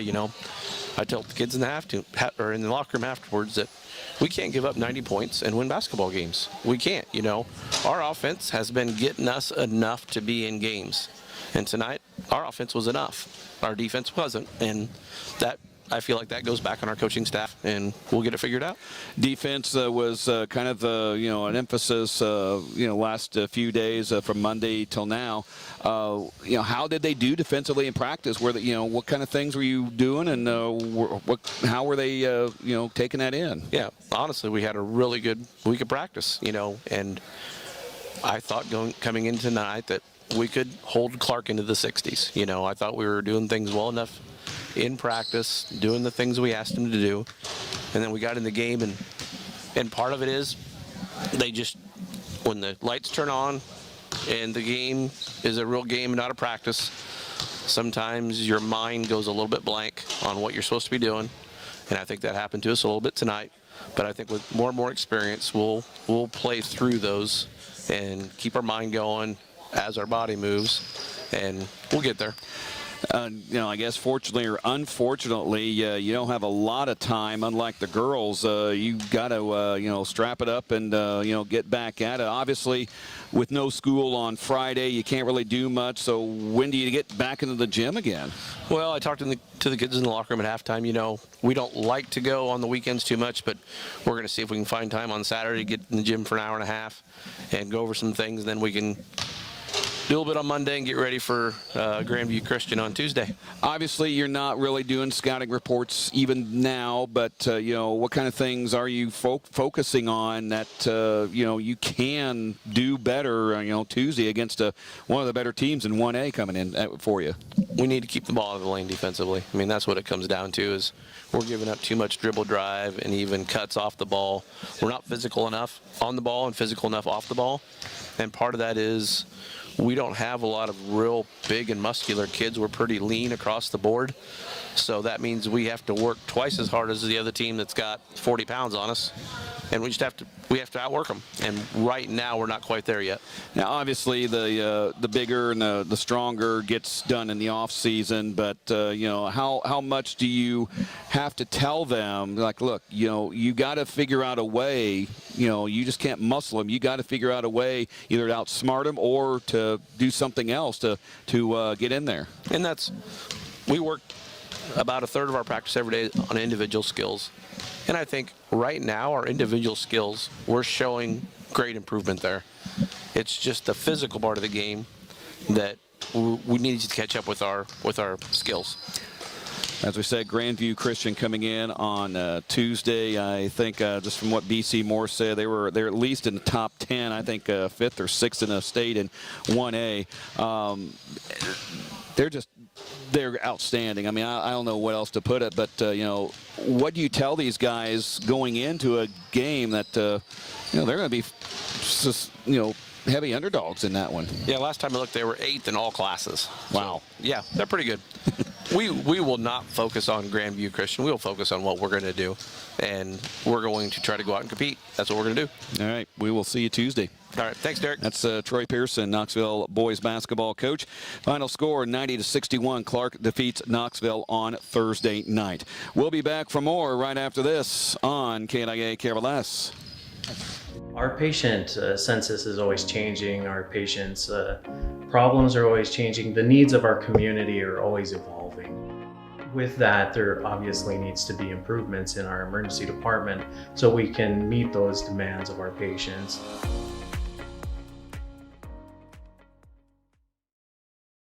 And 10-ounce Bakery Fresh baguettes. This Bakery Fresh Fuel Saver sale is going on now through Tuesday, January 18th at the Pella and Knoxville Hy-Vees. Want to find the complete facility with a total workout package? Join the Knoxville Recreation Center and take advantage of all our membership benefits. What other place in town can you swim, lift weights, take a fitness class, shoot baskets, relax in a sauna or hot tub? All this is under one roof. We're open 96 hours a week to meet your fitness, recreation, and wellness needs. Stop out and see us at 800 South Park Lane. You'll be glad you did. Get fit at the Knoxville Recreation Center. For the latest information on the Recreation Center, call 828-0580 or find us on Facebook at City of Knoxville, Iowa Parks and Recreation. Dr. Agrawal is proud to provide exceptional allergy care close to home at the Knoxville Hospital and Clinics. Dedicated to evaluating and treating patients with a variety of chronic and acute allergy needs, Dr. Agrawal provides treatment for allergy testing and injections, eczema, hives, immune deficiencies, and more. Don't suffer and miss out on doing what you enjoy any longer. Call 641-842-1555 to schedule your appointment with Dr. Agrawal at the Knoxville Hospital and Clinics. Hi, I'm Joe Cunningham with Cunningham Financial Services. I have over 26 years experience helping people like you reach their financial goals. We offer personalized planning tailored to your needs. Give me a call at 828-6173 or stop by at 305 East Main in Knoxville. Cunningham Financial Services, your retirement headquarters. Securities offered through Securities America Inc., member FINRA SIPC. Advisory services offered through U.S. Advisors Wealth Management, Cunningham Financial Services. U.S. Advisors and Securities America companies are separate entities. With winter weather approaching, save big now and for years to come with lower utility bills thanks to Dan's Plumbing and Heating. Dan's Plumbing and Heating and Rude are the key to making sure your home is running at maximum efficiency and an energy-efficient palace. Call Dan's Plumbing and Heating today at 842-6937 or Save Certified to help you maximize rebates. I'm Eric Pearson. Call Dan's Plumbing and Heating, your authorized root dealer in Knoxville today. That's 842-6937. Hi, I'm Robert Poppy, Ag Lender at Marion County Bank. We salute the farmers and their families in Marion and surrounding counties. We know that for today's farmers to be successful, it takes more than just hard work and dedication. It takes a commitment. At Marion County Bank, we're committed to our area farmers' success too. As our area's leading ag bank, we invite you to visit with one of our ag loan officers at our Pella or Knoxville office for all of your ag lending needs, concerns, and opportunities. We have the experience and expertise to help with your farming operation. Marion County Bank, serving you, building community. Member FDIC. For a final time from the Knoxville Hospital and Clinics radio broadcast booth, let's take a look at the Marion County Bank radio scoreboard. Girls play. Knoxville defeats Clarke 48-19. Pella over Pella Christian 54-28. It was Southeast Warren over Twin Cedars 54-31. And Indianola over Norwalk 57-43. Boys play. Clarke over Knoxville 90-61.